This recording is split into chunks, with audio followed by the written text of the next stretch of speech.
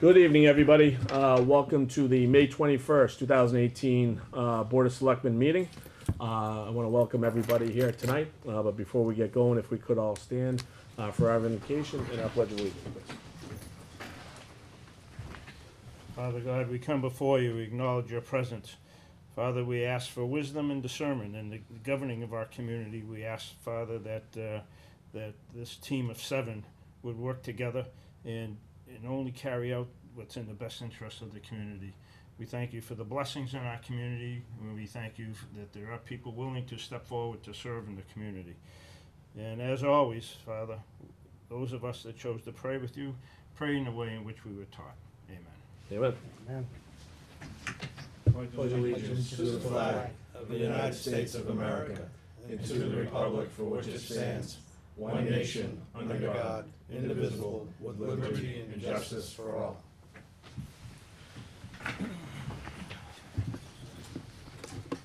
All right, folks, before we get going, I first want to, number one, congratulate Selectman Dawes for winning his election in another 3 years here on the board. So Selectman Dawes, congratulations to you. I also want to congratulate Kip Durney. His real name's Charles, for all you guys don't know. I want to welcome Kip to the board. I know you're going to add a lot of value, certainly from the IT side. If we all can't get on to your computers, you're the guy. All right.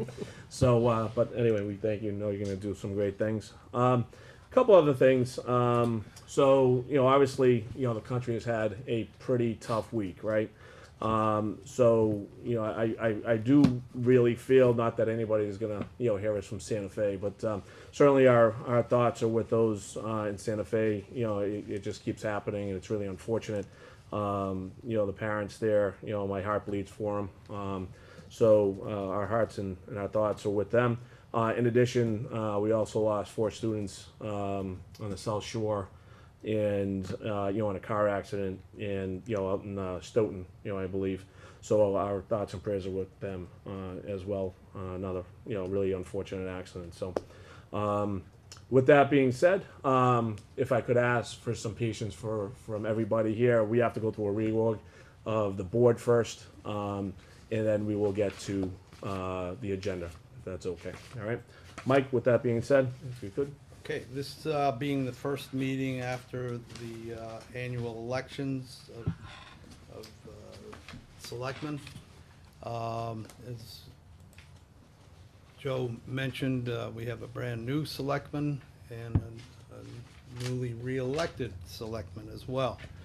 But during the first meeting after the election, the board reorganizes themselves by choosing a chairman, a vice chairman, and a clerk. That being said, I would like to take nominations from the members of the Board of Selectmen for chairman of the board. We do not need nominations to be seconded. So if anybody would like to offer a name in nomination for chairman, please. I'd like to nominate Selectman Dawes. Selectman Dawes has been nominated. I'd like to nominate Selectman Bonavita.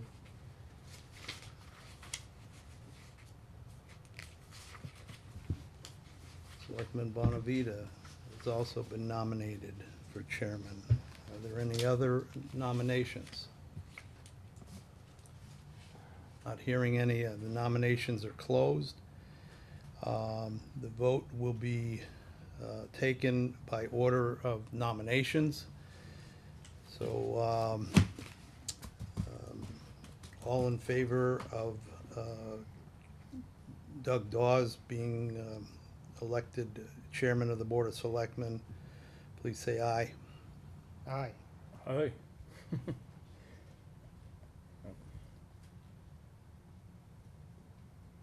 And all those in favor of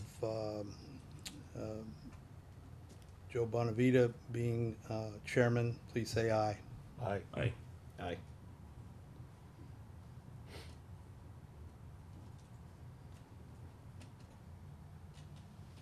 That would be 2 votes for Dawes and 3 votes for Bonavita.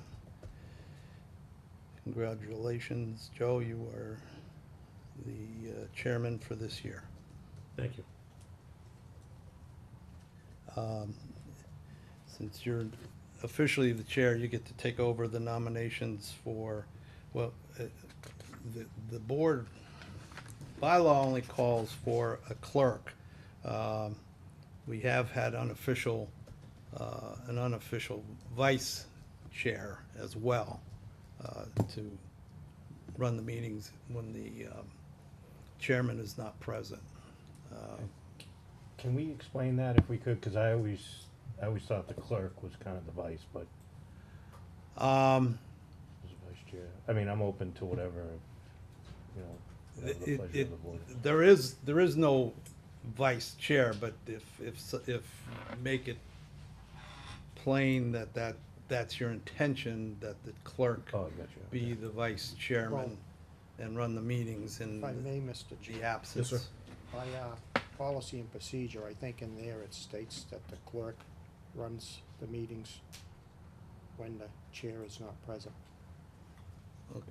I don't have that copy in front of me, but I thought that's the way we moved it forward. That sounds right. It's just not there's nothing in the bylaws that speak to it, but you're probably right about the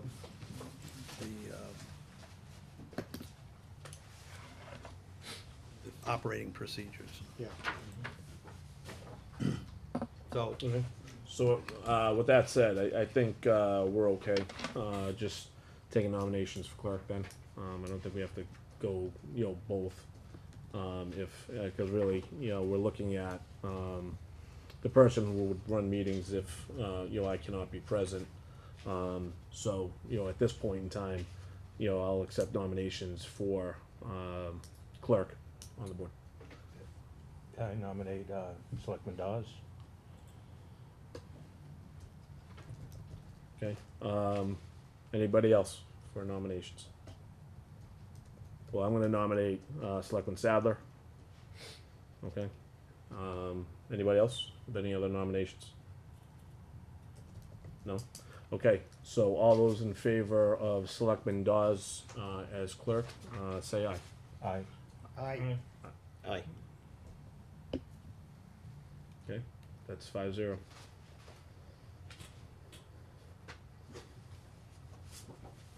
Congratulations, Selectman Dawes. Congratulations, Chairman. All right. Mike, is that all? that's it. All right, great. I could just, say thank you, both Oh, of you. and Steve no, for there's being 5 clerk votes. last year, and Sure. I think you did do an excellent job when you did have the opportunity to I run the appreciate meetings and accept. I appreciate that. Thank you. All right. So first and foremost, we're going to try to clear the room as quickly as possible. As far as looking at the agenda, so I would like to call up our auditors, first and foremost, to give us an update, okay, on the most recent management letter. I guess. Okay, and if you both can introduce yourself to the board, that would be a good start. Yes. Thank you for having us. Renee Davis, I'm the you, engagement partner with Powers and Sullivan. And I am Romina Mamelli. I am the manager on the audit. All right, and so thank you again for joining and taking some time. I guess first and foremost, why don't we discuss, why you're here, okay? In terms of everybody in the audience, everybody watching, and then really I'm going to give you the floor, to give us your findings. Okay. So I'm going to give that to you. So we are here tonight to talk about the results of the town's financial audit for the fiscal year, so for last fiscal year ending June 30th, 2017. The town closes your books as of June 30th. We come in to do the audit once everything is ready, closer to like the end of the year, December. Go back and forth with draft reports a little bit, And so we're reporting on almost a full fiscal year ago. We issued, the result of our audit was two different reports. One is your financial statements. The financial statements themselves belong to the town. The town takes responsibility for them. We give an opinion on those financial statements. It's a few pages in the front of the report, our audit opinion. And that's the only part of it that we really base our audit to be able to opine on the reliability of your statements. In addition to the financial statements, we issued a management letter, which is a summary of findings and recommendations that we want to report to you as a result of our audit. This year, unlike previous years, you didn't have what's called a single audit or report of federal award. So you're not missing a report. In the past, sometimes you've had 3 reports. The town did not spend over $750,000 in federal grants, so you didn't need that 3rd report for this fiscal year. Okay. So should we start with going over the management letter? Yeah, that'd be great. So that's usually, I'm gonna say the more interesting, although it's very thin here. Yep. There were no new comments this year. There was one prior fiscal year comment that related to, really your capitalization threshold for capital assets. So the town has a very low threshold, $5,000 for capitalizing fixed assets in your financial statements. Our recommendation is that you increase that. Just to give you the background of it and explain it a little bit, this is not inventory control. This is only for financial reporting. So keeping the threshold low creates probably more work than you need to, just accounting for and depreciating those assets without really having a significant impact on your financial statements. It's lower than we see in other communities, and increasing that threshold would increase efficiencies with no real bottom line impact. Again, it's not inventory, it's more just for financial reporting. Okay. So- Renee, can I stop you there? Sure. For 1 second? So what do we find in other towns, in which they keep? Usually, towns our town size, your too. size, Yeah. around 20-25,000. 25,000? Yeah. Okay. And what that would do, it would get rid of a lot of those smaller assets that just take more time than is necessary. So why do we have, just 5,000? I think it's just historical. So, I think we Good. may have thought we taken care of increased that in 18, I think. Mike, No, we haven't. we discussed it, Yes, it was discussed. Okay. This is a, sorry, I, I thought we increased it to 10,000. and that's 10,000? it's a decision, so 10,000, same thing, you'd get rid of all those assets between 5 and 10. It's an efficiency comment. So nothing that we found that was material, it's more of efficiencies, improving, the record keeping. Okay, thank you. So then there's 2 other informational comments. One relates to OPEB, or other post-employment benefits. Now, we've been talking about this for a couple of years. That, really, that is health insurance that you pay for retirees, is the long and short of it. And the governmental accounting standards are changing in requiring you to have a valuation to find out what the value is, an estimated value, an actuarial value of the town's liability for paying health insurance for retirees. The town started putting on the liability, so prior accounting standards required you to start booking that liability.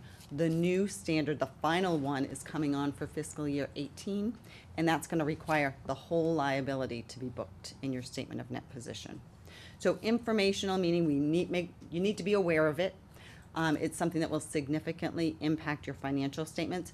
Does not change your requirement to fund the liability, but you do have to make sure you have an up-to-date actuarial valuation. You're required to get that valuation every 2 years. And just to know that the liability is gonna go up significantly for fiscal 18. You're gonna see that liability go up to about $20 million next year. So it'll have a big impact. Yeah, no doubt. This is national, so this isn't, this isn't just for Georgetown, it's all over the place. But I will say, like, the rating agencies are asking about that.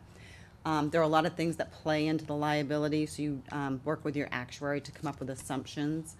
You have an option to fund that liability. Your light department is funding it much more significantly than the town is at this point in time.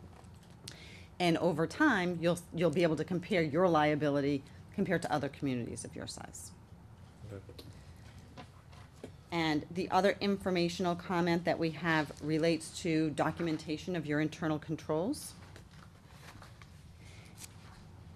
The federal requirements for, they're called uniform guidance, the federal requirements over your grant money that you receive require you to have a system of internal controls. It is recommended that those controls follow what's known as COSO standards, or the federal government standards. And part of that would require you have a system of controls, but actually documenting that you're following the COSO standards. So I know that we have sent some templates to the town to be able to follow as a guideline to be able to implement that. And I know the accounting office is working towards getting that implemented in, I'm gonna say fiscal 18/19. We recently have talked to them about that. Okay. So that was it for management letter comments. Again, there was nothing new that we found this year. The audit goes pretty smoothly. We do look, we come in before the year end. We do some testing of your controls. We do testing of your revenue processes, expenditures, procurement, any adjustments that are being made to the ledger, and nothing came up as part of that testing that we needed to report to you. Thanks. Doug, do you have a question? I just have a question in the management letter and on the first written page. Yep. The second paragraph says, however, during our audit, we became aware of several matters that represent opportunities for strengthening internal controls and operating efficiency. The memorandum that accompanies this letter summarizes our comments and suggestions concerning these matters. But, so, are these new matters? So there were no Right. new matters. Right, Th- so it's that's- just all the old stuff? That's the old stuff. Okay, so there were you're no making new the same matters. recommendations? Same Right, recommendations. okay. And I would expect next year, as I mentioned, that I know the town's working on the COSO issue. The GASB issue will be gone because you're gonna implement GASB for fiscal 18. The only other one would be the capital asset threshold. So there's a chance going through that all of those would be resolved next year. All right. Yeah. Okay. Are those recommendations that the town does not take up? I think there's a threshold of 2 years, is it, before it gets removed, or 5, or? So what you're thinking of is federal findings. So if we had a federal report on federal expenditures, Okay. and we had a finding after it's in there for 2 years, if the town chooses not to do anything, it just goes away. I see. So This- that's not a recommendation. Yep, okay. and I will say, there's more leeway with this. So if the town decides we wanna stick to $5,000, we don't care what you say, we like our $5,000 number, and thanks for your recommendation, but we're gonna choose not to, then we would remove it. Okay. We've told you, it was a recommendation, but it does not mean that you have to act on I it. see, okay. Very good. Any other questions from the board? I do have one further question. From the OPEB standpoint, you had mentioned the credit agencies, and they're taking a close eye, or look at this. They are. What are your thoughts in terms of how that is going to change things? Because obviously, yeah, it's gonna dramatically, reflect on these financials. Yeah. But I also think that they're gonna take that into account and say, okay, this is happening in every, community. So, have you had any feedback? From So we folks? have, and so just to give you the history of it, several years ago, there was no OPEB liability recorded. The first step was you have to have a valuation done. And then the first set of valuations just required you to put your liability on they let you amortize it over 20 years. So there's a small amount of a liability that was coming onto your financial statements every year. And initially, there was almost no cities and towns in Massachusetts actually putting money into a trust. There wasn't even a mechanism in the law that would allow you to put money into an irrevocable trust. So things have changed since GASB 45 came out. Now you're allowed to actually have a trust. You can fund the trust. There's still no legal obligation to fund it. And now, starting this year, the whole liability goes on. So suddenly it's a big liability to explain in your financial statements, and cities and towns are funding at different rates. So there are a lot of things that go into your liability. You can, in Massachusetts, you can be any place from 50-50 to 90-10 in how much you pay for health insurance for retirees. So that will change the liability from community to community.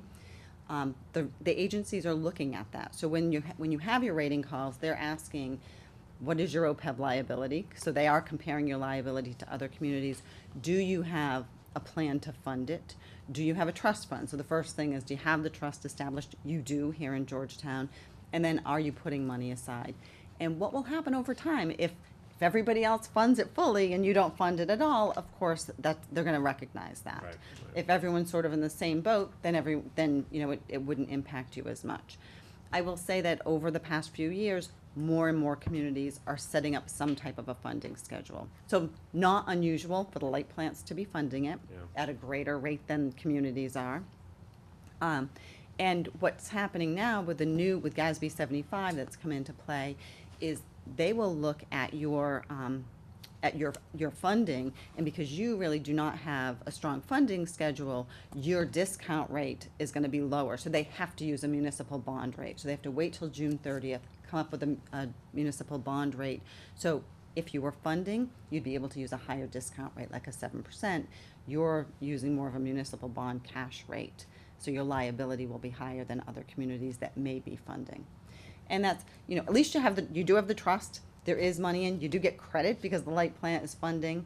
But over time, if everyone else does it and you don't do it, that could look negatively. The thing to keep in mind is there's no legal requirement at this time. You are legally required to fund the pension system. So as you know, you're required to pay into Essex Regional. They're on a strict funding schedule depending on how the markets go. You can't change that. Mass General law is requiring you to fund that. Where this isn't legally required, people are looking at the pension system first and then OPEB.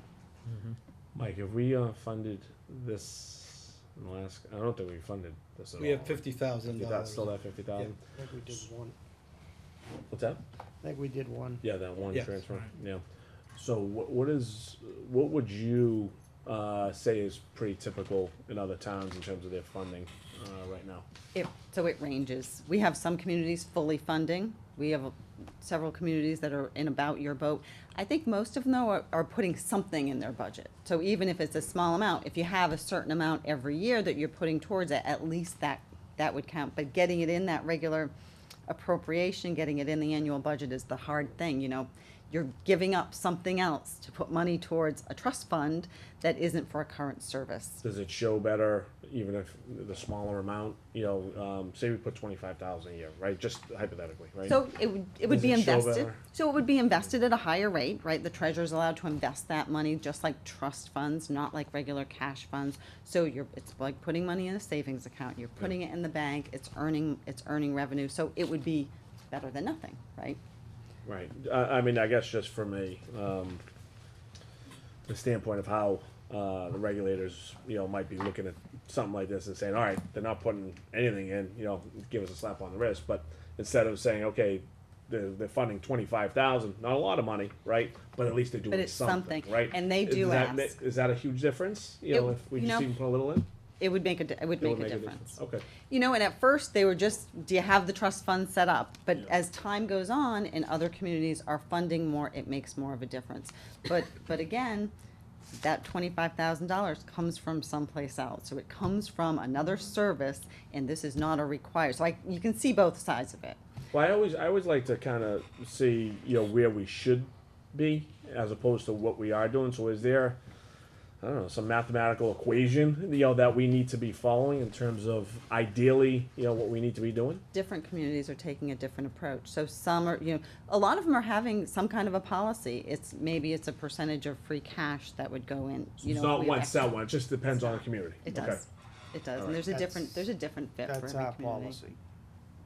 Hmm. Right, up to 25% of free cash, I think. Something of that nature. No, that was for capital stabilization and I thought we added the OPEC to that also. tax stabilization. No, I don't believe we have. There's up to 25% of free cash into capital stabilization and another 25 Right. into tax stabilization. And obviously, we never get to use our free cash much in that direction anymore. So, We've- yeah, I think I think we've only done it to once. try to get some type of a line item Mhm. is the best way to move. I mean, Yeah. We'll get an indication of the rating agencies next month, how they feel about our OPEB situation, because we are having a Moody's rating call the end of June. So Okay. they'll either ding us or they won't ding us. Well, Okay. and all communities are doing it different anyway.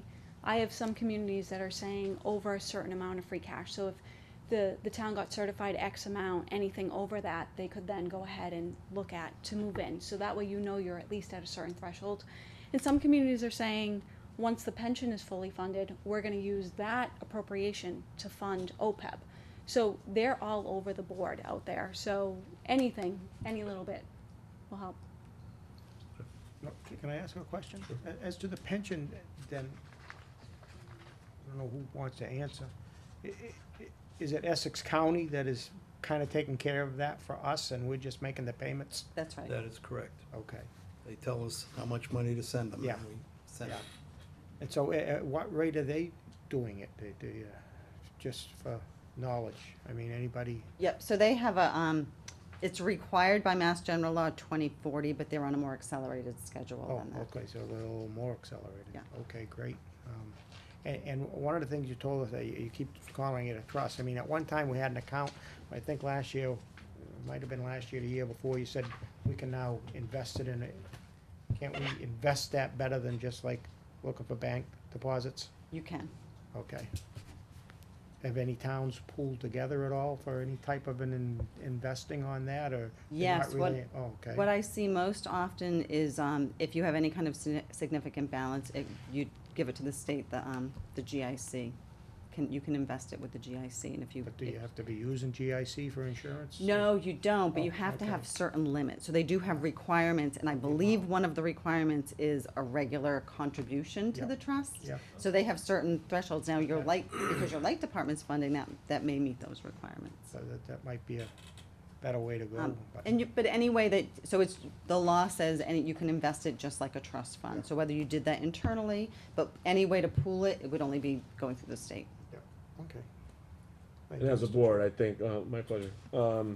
As a board, we might wanna think about, this further as, we are in a climbing interest rate market, moving forward, so the more we put in, maybe the more we catch up, a little bit more quickly, whereas, a couple of years ago, nobody was really getting anything, so. Well, when we're done, I got a maybe suggestion for, Yeah, so, okay, any other questions about OPEB?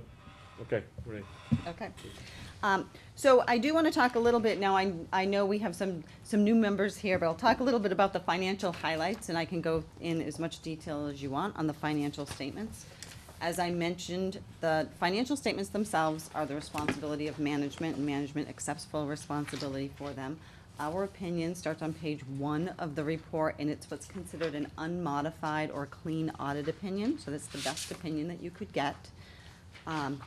Based on our really coming in and testing the amounts and disclosures in your financial statements to make sure they're in accordance with current accounting standards.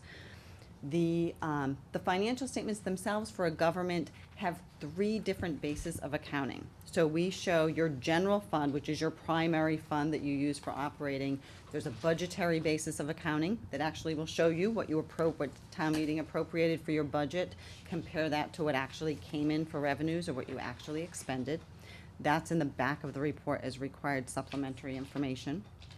The general fund is then shown in the fund-based financial statements. You have general fund, some major funds, non-major funds, and then your enterprise funds are showed separately from that. So you have general funds, always major. In addition to that, you have your CPA fund, Community Preservation Fund. That's another good fund to have because it shows extra money that the town is putting forward for outside of the general fund. You have your the Pembroke School project, which pretty much wrapped up this year, other capital projects, and then a series of non-major governmental funds. So general fund is the key one. General fund is, that's what town meeting votes your budget and what you end up with that results in free cash at the end of the day, what's available for you to spend. And it was pretty consistent this year. You have about $2.8 million in general fund. It went down slightly, went down about $162,000. And really, that was the result of you voted to use free cash for some projects. So you had over $600,000 at the end of the day that you used in free cash your revenues didn't come in that much more than what you budgeted, and your turnbacks or your expenditures weren't that much less than what you budgeted, so you had a small change. The total budget was $29 million, so you're pretty close, and I think I've said this in the past with Georgetown, your revenues are pretty much on target. You always collect a little bit more, but not a ton more than what you're budgeting, so it's pretty tight. Your same thing, your expenditures were under budget by about $361,000. So when you're talking about a $29 million budget, that's pretty close. It requires management and the accounting office to really monitor those costs at the end of the year. There's not a lot of leeway there, but they do hold that. You have a good system to make sure people aren't overspending their budgets. So you always end up with a little bit more, but if you're voting to use free cash, that's like voting to use money that was available to you. So you do want to watch that. I will say the rating agencies usually look to make sure you have a good policy to say, here's what we want to do, here's what we want to maintain for our fund balance in the general fund. So if you're doing it in a meaningful way and you say, yeah, we want to keep our fund balance at a certain % of revenues, really that's what they're looking for, to say you're using free cash for things. Maybe instead of borrowing, you wanted to use part of your free cash to be able to fund some of your capital projects. That's a really good way to look at it. Also, within the general fund, in the fund-based financial statements, is your stabilization fund. You had about $836,000 at the end of the year in stabilization money. That's sort of a backup, extra money that you have available. General fund is within target for what you look at. What the rating agencies say. They want to see that you have policies on what you have for a balance, but certainly if it got really low, then that would be an issue, and it's not. You're just within the normal range of your revenues. The other funds, again, we talked about community preservation. That is extra money that the town has voted to be able to collect in real estate taxes, along with a matching grant that comes in from the Commonwealth. And that contributed to, you spent about $700,000 from that fund. So that was extra projects that got done outside of the regular operating budget. The balance in that's about $2.6 million. And again, it just shows from one community to the next. A lot of people have CPA. The match isn't what it used to be from the state side of it, unfortunately. It comes from a state trust fund, so it depends on the value of that trust. But it's extra money that you do get in. Pembroke was pretty much done this year, so there wasn't a whole lot left. You'll notice that you had deficit balance. On a fund-based, these are modified accrual-based financial statements. The Pembroke Fund and your other capital projects have deficit balances showing, only because so far they have been funding with short-term borrowing. So once you borrow that money long-term, it will be shown as a revenue source or an other financing source, and those deficits will go away. So that's nothing to be concerned about. Then you have your non-major funds. Again, that's all the other. That is the revolving funds, any grant funds that the town has, and you had about $2.3 million in those combined funds. There's 3 enterprise funds shown: water, ambulance, and the light department. The light department is audited separately. We're just bringing in those numbers. So water and ambulance, no significant changes. They went up slightly. They are recording their share of OPEB, of pension, so they're full accrual accounting for those. And really you want to watch, like on a cash basis, to make sure the receivables, the revenues are being collected. The receivables are all, you have real estate, you have about a 99% collection rate. Water has a really good correct collection rate, so there's no issues noted with those funds also. And again, I know we talked a little bit about OPEB. Your last valuation, so every 2 years you have to have a valuation. For the audit that you're looking at, use the previous valuation. The next one coming up, you had an audit valuation that was done last year that will be used for the next 2 fiscal years. So you should be all set coming up this year. Again, I think it's about $20 million that they have for a net OPEB liability that will come onto the books. In addition to that, with pension and with OPEB, what the accounting standards are requiring now is you're building sort of 10-year schedules in the back of your financial statement. So over time, you will see your share of Essex Regional Retirement System. You'll have a 10-year schedule to say, what was our share of the liability? What was our share of their assets? And you, hopefully, over time, will see that your liability goes down because there is a legal requirement for them to fund it, and you're on a funding schedule. OPEB, you're gonna see, isn't probably gonna go in the same direction. So over time, depending on your hiring practices, depending on mortality rates, depending on health insurance trend rates, all of these things come into play, you will see that OPEB liability go up or go down. It won't always go up like it has been in the past, because now the whole thing is coming on, but you'll see some trends. They do let you smooth it, so if investment returns aren't what you predicted, there's a smoothing mechanism in the accounting standard, so you won't have a real big fluctuation from one period to the next. But you'll see every 2 years when you have the new valuation that you're gonna see changes. And really, because it's such a, I'm gonna say a guess, but it's really just an estimate based on the information that goes into this report, that there could be fluctuations. There's some sensitivity built into it.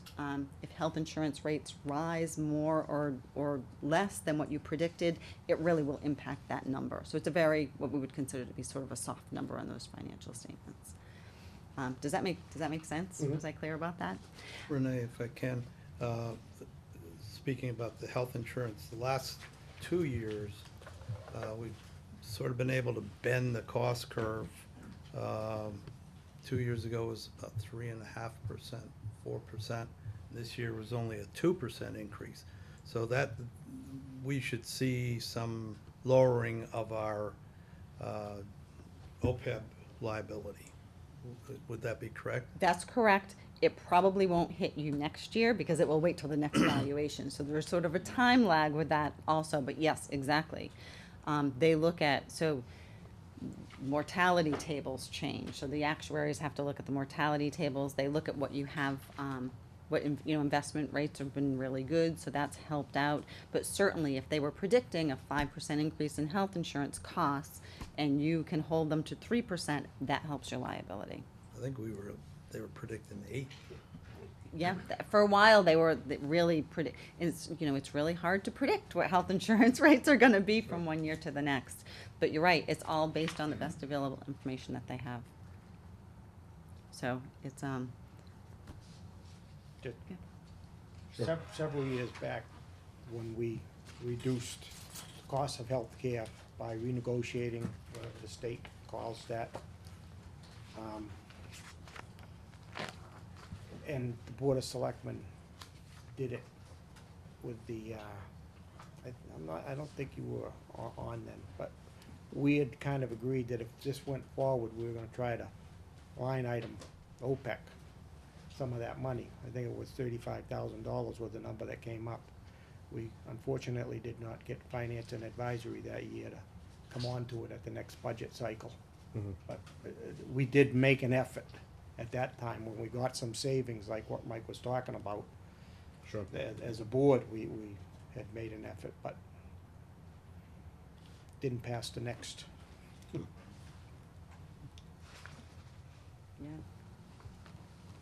So again, this year will be the big year. Next year coming up, you'll have your full liability. We'll take it out of the management letter, so we won't have to talk about that. But those are the two biggest numbers in your full accrual financial statements are pension and OPEB. Yep. So it really kind of overshadows all of the general fund's really important, but this liability ends up overshadowing that as far as looking at the numbers. Stabilization also, I mean, we're not where we hope to be as a town, right? We as a town have a policy of we're a certain percentage, and do you know the percentage that we're at right now? So you went down this year, you actually used more of your stabilization fund than you put Yeah, in. that I don't was- know what the policy is, but you were at 836,000 Yeah. at the end of the year.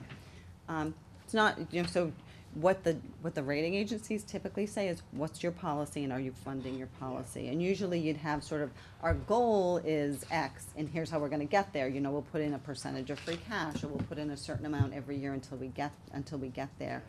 I know this year it went down slightly. Well, when you mentioned that on page 5 that we put 378 into a senior center, that's where some of it went. Yep. So, And, and there's something to be said for that. To use money that's available to you rather than borrowing, you have to weigh the benefits of that. okay, well, that's good to know. Okay. Okay. Any other questions on the financial statements that you want to go through? Anybody? What I Good. would like to suggest, Mr. Chair, is that we don't really start a lot of our financial process again, at least we as a board with finance and advisory until around November, December. Mhm. But I think that we might quicker get together and go over some of this, us and the finance and advisory.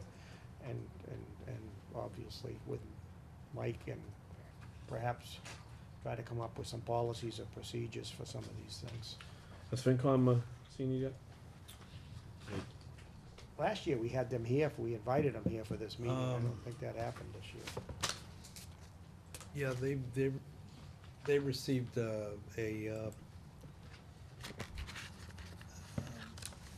electronic version of that. Oh, this? Yeah. Okay. Alright, Gary noted, I would agree with that. Probably should have some good open communication about that, maybe put some things in place, based on, Renee's recommendations and some feedback, so. Okay, is there anything else that, you need to bring up? No, just wanna say thank you to the town, thank you to the finance staff who's here tonight. They're really great to work with, they were very helpful throughout the audit. It's never fun to have auditors come in and dig through your work, but they're really helpful with us. For the Chairman, public, yeah. if you could, stand up and, introduce yourselves for everybody. Well, that'd be great. Oh, go I'll ahead. introduce All right, them. go ahead. I want to spare them Okay. that it was Why? Come hard. on, It it's all- was hard enough to get them to come to the meeting. Come on, for the But three people watching. I you did can- want them to have some FaceTime with the public and with We appreciate this you coming up. board. Yeah, sure. Mary McMenamy, our town accountant, and Ann Gill, our treasurer collector, do an awesome job. And their assistants Pam Rogers and Deb Lambert also. We have a really good financial team. We're very lucky. Great. Yeah. Ladies, thank you so much. Thank Obviously, some nice feedback. Good job. Thank you. Thank you so much, ladies, for coming. Thank you. Really appreciate it. The ends are there to be signed. Oh, Have a nice night, all. And before you run, we have bond anticipation notes that need to be signed. Okay. And They're in the folder. they're in the folder. If you have any questions, Ann's the person to ask. You want us to sign these now? Yes, Jim? please.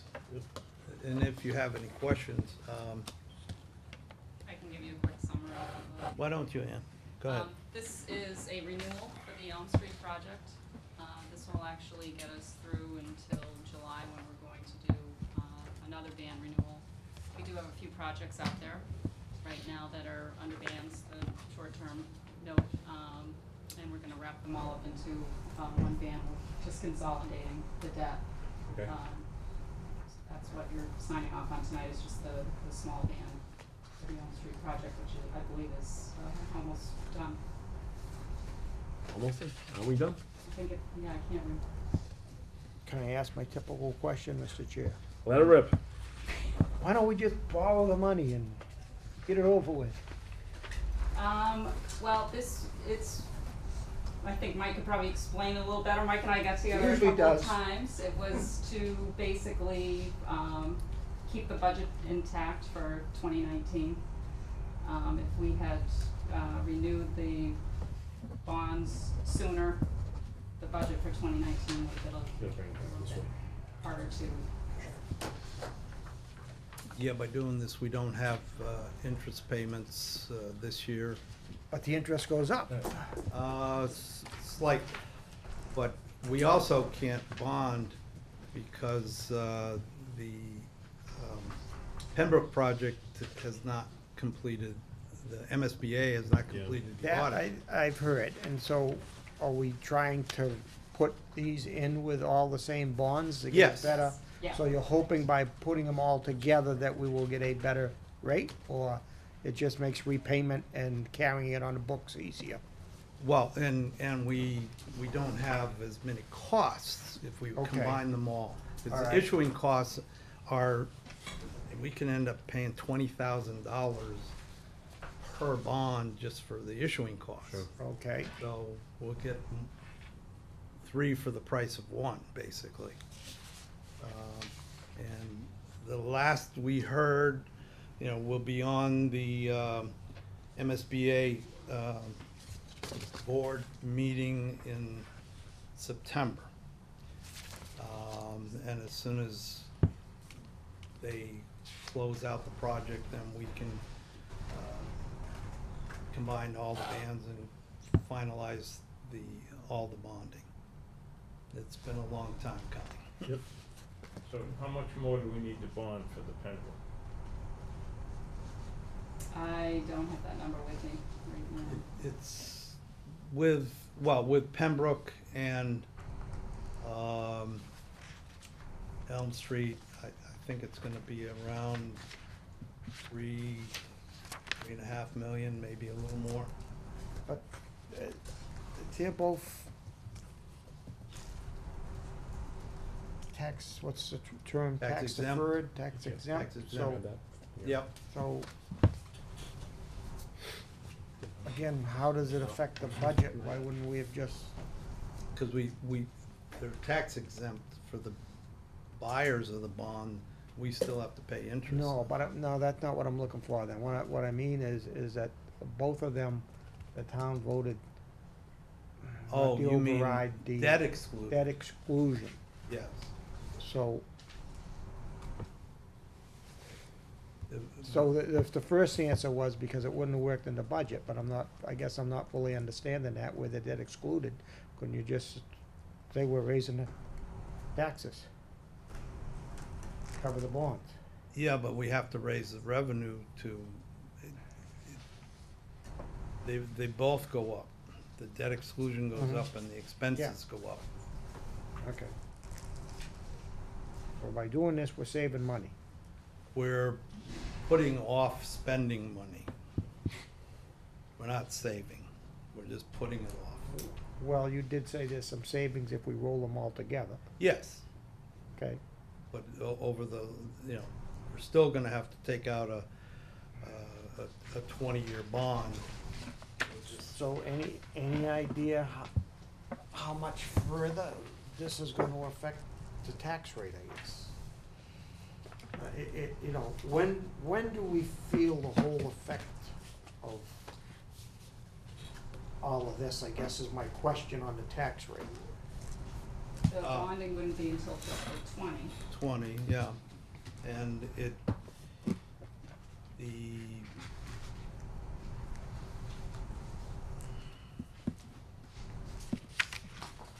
we actually had $250,000 in a bond fall off. That's Yeah. what we were gonna replace with, with the Elm We Street. thought bond. Elm Street might even Yeah. that out, so it's not as much of an effect. Right, that would have Oh, yeah. canceled each other out, but we're at least a year off now.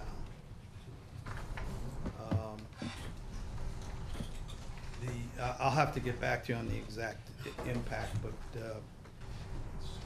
it's another $300,000 or $400,000 a year. But so there will be an impact on the taxes. Yeah, well, I guess Not that's- horrendous. I'll get back to you with more exact numbers. Okay, any further discussion on that? No? Okay. Thank you for coming, we appreciate it. You're welcome. Have a good night. Thank you, you too. All right, Chief, you're up.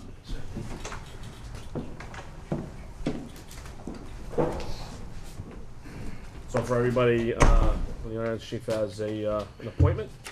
I do. Good evening. Thanks for having us. Had a couple of emails back and forth to Janet. Our schedule's been going haywire, so appreciate your patience, Janet. Tonight, I present for appointment as a reserve officer, Philip Sepe from Drake, Massachusetts, for the position of reserve officer. I've had a reserve get an offer in a neighboring town as well as another at Salem State University, so I'll be losing 2 by the end of the month. But Philip comes from a long line of police officers in his family, including his great-grandfather, who was actually assigned to the Vatican in Rome, so I'll let him expand on that. That is way beyond what I would ever know, so, but I found that interesting in his background. He's currently employed as an EMT with Lawrence General, and he's also certified as a BLS CPR instructor, which will be very helpful for our department.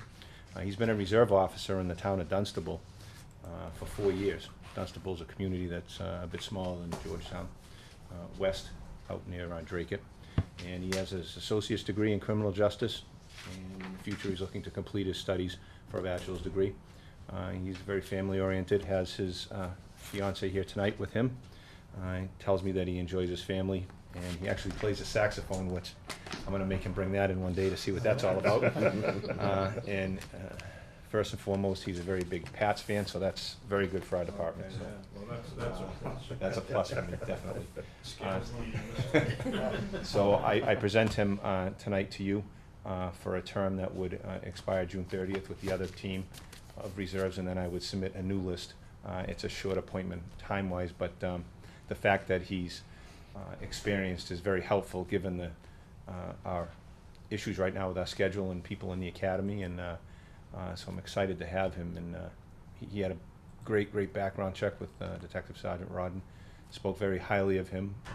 I know his other chief, and I like the fact that coming from a small community, we are a small community, and I think that he understands the concepts of what we do here. So I'd appreciate it if you would honor that appointment. Thank you, Chief. Phil, welcome. Thank you, sir. Sure. Phil, I gotta say, and nothing against anybody in your department, but I gotta say, you're intimidating. You look like a police officer, not for nothing. He's never said that, so what's going on? Seriously. Like, seriously, nothing against any of your other officers, but, yeah. So Phil, we always ask chiefs appointees if you could tell us a little bit about yourself that maybe he hasn't touched upon, and then, you know, any of the board, you know, can ask any questions. Sure. So, from Dracut, Massachusetts. I was born and raised for a short time in Lowell, Mass. My great-grandfather was assigned to the Vatican in Rome and came over here. My grandfather was a longtime Lowell police officer. Was huge in community policing before it even was a thing. And then my family's always been EMTs, firefighters, police officers, military, serving others. And it grew on me, and I took a liking to it, and I became an EMT. I've been an EMT for around 11 years, and I work in the city of Lawrence currently, on the ambulance for Lawrence General, doing all the 911 calls. I've worked in Dunstable for the past 4 years as a reserve police officer, so I've gained experience that way, and I enjoy a lot of types of things. I work a lot. I have a good work ethic. I enjoy working out. I'm a huge New England sports fan, especially with the Patriots and the Celtics tonight. Hopefully they can get a win. And I love food. I love music, traveling when I get a chance. I'm huge into family and friends, and I think that's all important stuff. And treating people the way you want to be treated, the golden rule, and I thank you for having me here tonight. I think it's important. Probably people are wondering how Phil could juggle a schedule after giving his background, but the town of Dunstable just doesn't have the amount of shifts that he would want to work, and we have too many shifts. So I think that would be a no-brainer to try to put those two things together and you know, have him come and help us out with our schedule. Okay. Yeah. So I guess the question is, why Georgetown? Why I Georgetown? mean, other than shifts. Actually, a couple of my friends work here, and they told me about it. And it's a great town, a great community. I know that's similar to Dunstable.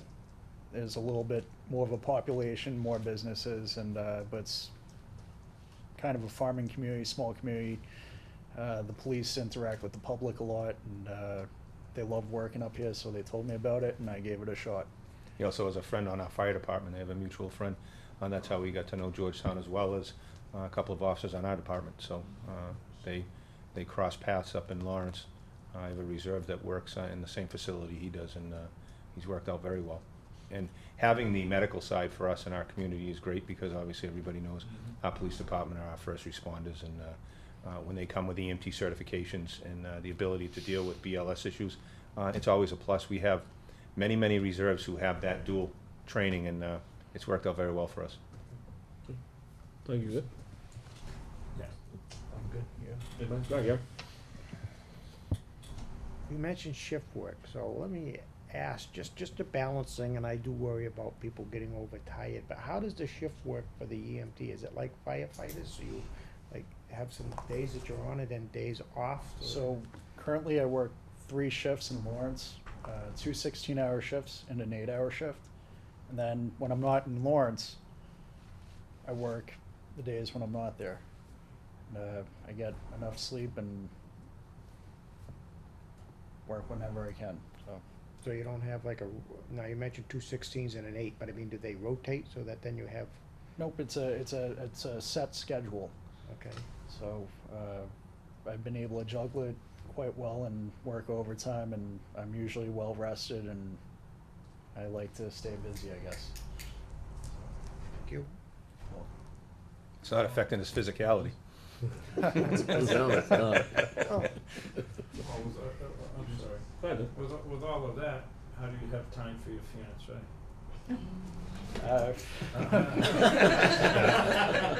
I didn't mean to set you up. Trouble. We have date nights, and nights when I'm off, and it's actually a good thing. I'm able to work, make money to do fun things with her, and I get to have her here for a while. So Great answer. When's the magic date for you guys? it's November 23rd, 2019. Nice. Good for you guys. Your last name, is that Italian? It's Italian. Oh, see, now you get someone to cook for you guys and everything. On Sundays, when you're watching football and I do everything. cook a mean sauce. Well, if there are no other questions, we need a vote, right? Motion? Anybody? Mr. Chair, I would move that we appoint Philip Seppi Yes, sir. That's correct. to the position of Reserve Officer for Georgetown Police Force. Term to expire June 30, 2018. That's correct, sir. Is it 18 or 19? 18. Oh, And 18. then I'll submit the Oh, relist okay. for the upcoming appointments. Okay. Okay, we have a motion. We have a second. Okay, motion and a second. Any further discussion on this? Okay, all those in favor? Aye. Aye. I, Thank you very Well, much. welcome to Georgetown. Thank you, sir. Okay. Congratulations. Danielle. Danielle, congratulations to you as well. Thank you very much. Welcome to Georgetown. Oh, I know. Yeah. Congratulations. Yeah, congratulations to you. Nice to meet you. Well, welcome. Congratulations. Thank you so much. The thing that I would bother. Thank you. Thank you. It's up to date, right? Just right, which is really We nice. had a little prelim quiz. I didn't answer it wrong in the office. Thank you. Thanks for coming in, guys. Okay. Congratulations. Pleasure meeting you. Thank you.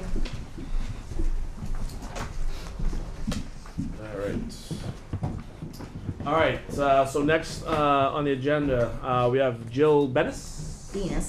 My apologies. That's Why don't you come okay. on up? Thank you for your patience. You're welcome. Okay, so Jill is here. As you can see, request to hold summer concert series in American Legion Park. But in addition, I've been notified for the board, it's also for an additional liquor license. Is that correct? For the 1 day, for 9 1-day liquor licenses. 9 It's one one-day license, liquor. but for 9 days for all, 9 concerts. For all the concerts. Correct. Okay? So welcome, ladies. If you could formally introduce yourself, and then we can get moving. Okay, my name is Jill Venus, and I am the program director for the Georgetown Summer Concert Series. Great. This is my second year. We have increased our concerts from July into August due to great. requests. Yeah. And we had quite a few, a list of people applying, wanting to come to Georgetown and play. So that's why we added those dates. Okay. And we did favor some of the local people that were applying. So Okay. that's right here. Mint? I'm Emily Hopkins, and I am a committee member, and I've been working with Jill for the past 2 years on the concert series. Great. Welcome, Emily. So, if you could give us a little background on the concert series, dates, you know, I don't know if the board would like to hear who's coming, you know, in terms of, Do you have a list of the dates or not? Actually, Yes? we do. Okay. do we have? Oh, I'm sorry. I know, I didn't click on it yet, so. Oh, Neil okay. Young will be here, you're saying? Yes? Oh, no, it's a tribute band. Tribute band. Basically, the July were some of the people that we had last year, who people requested to come back. And some of them also applied for a cultural council grant and were granted it, so they're coming back. And then, as I said, we had so many requests from local people to come to town and play that we looked at each other and said, what if we added 4 more dates. Yeah. And we also contracted with food vendors to come and provide food. People were really happy to be able to come down and listen to the music and be able to buy dinner. The Kiwanis last year only had, what was it, hot dogs and popcorn, and Yeah. people were not happy. So I let them know that they need something more substantial. So we have Fat Belly Barbecue, which is a food truck right here from town. Mhm. We have the Kiwanis. Then we have R&B Catering, which is an offshoot of Jeff and Maria's. It's the Oh, yeah. same family, Okay, yeah. okay, providing food. And then we also have contracted with Ipswich Brewery to bring their beer truck like Oh, they great. did last year. Nice. So, Could be a try. To all the concerts. to all the concerts, Yes. yeah. So one question I have about that, so I know they were down last year, and I heard nothing but great things, by the way, about the concert series, but were there any issues, No. that we had down there? We had no Police issues. issues, nothing? No, I think, yeah, as far as any issues regarding the alcohol, there were none. I think our biggest issue was parking, but that was still handled, I think, really smoothly, considering. But yeah, there were no issues with the alcohol. We set up a ticket system so that IDs have to be checked and tickets have to be given not by the person who's pouring from Ipswich, but by us first. And they have to have a wristband to then go and purchase a beer with a ticket.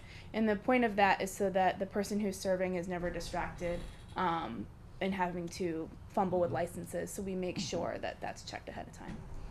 Okay. And then we also reserve the ability to refuse someone if we feel like that was something that we had to do. Okay. Did we have, you know, our police department down there? You know, Yes, we did. We did? We did. Okay. Yeah. It's good to know that. Chief they're done. Cudmore provided Good. somebody. Wonderful. Doug, then? This goes back decades now. These are family events, Correct. and I don't see the need to serve alcohol at town-sponsored family events. I will say that I did talk to her last year and I told Karen. Right, yeah, that I was thought here, it yeah. Yeah, we were Very here. well run, Mhm. how you did that with Thank you. the beer truck. Mhm. You know I'm gonna say no this year for that. It's okay, But we understand. just for the point of it, you know. Mhm. And then, but I would also ask that the beer truck not be there when the Byfield Parish Church band is there. Okay.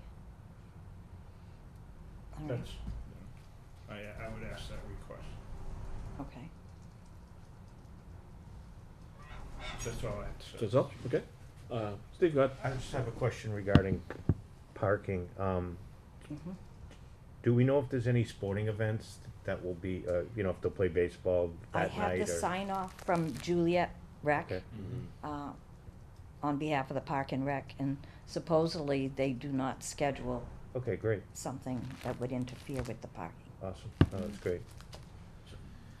Yeah, that's all I really don't have any issues with anything here, and again, I heard great things about it last year. You know, I'd like to attend some of these, this year, so I'm looking forward to it. Just a question on the parking. So you said last year there were some issues with parking. Was there just not enough room, or I think the people only parking? issue is not enough. Not enough. Okay. Room, but I don't think it was actually an issue. I'm just thinking of as far as scheduling what we have for time and for different roles of people on the volunteer committee. More attention, I think, is spent to putting people to make sure parking goes smoothly than we needed to put to make sure that the beer ticket sales went smoothly. Right. But we definitely are on top of making sure there's enough people for that. Yeah, and there's also space at the park and ride, so I mean, if that's an alternative that you can let people know of.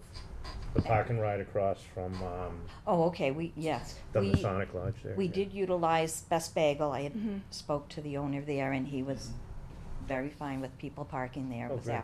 after his hours, Okay. or at the water department area, Pearly School, all within walking distance. Last year, Yep. you did have somebody down at Prospect Street. Yes, I we think. do, yeah. Yeah, and they would, you know, if it was full, they, I think, try to help them Said, find yeah.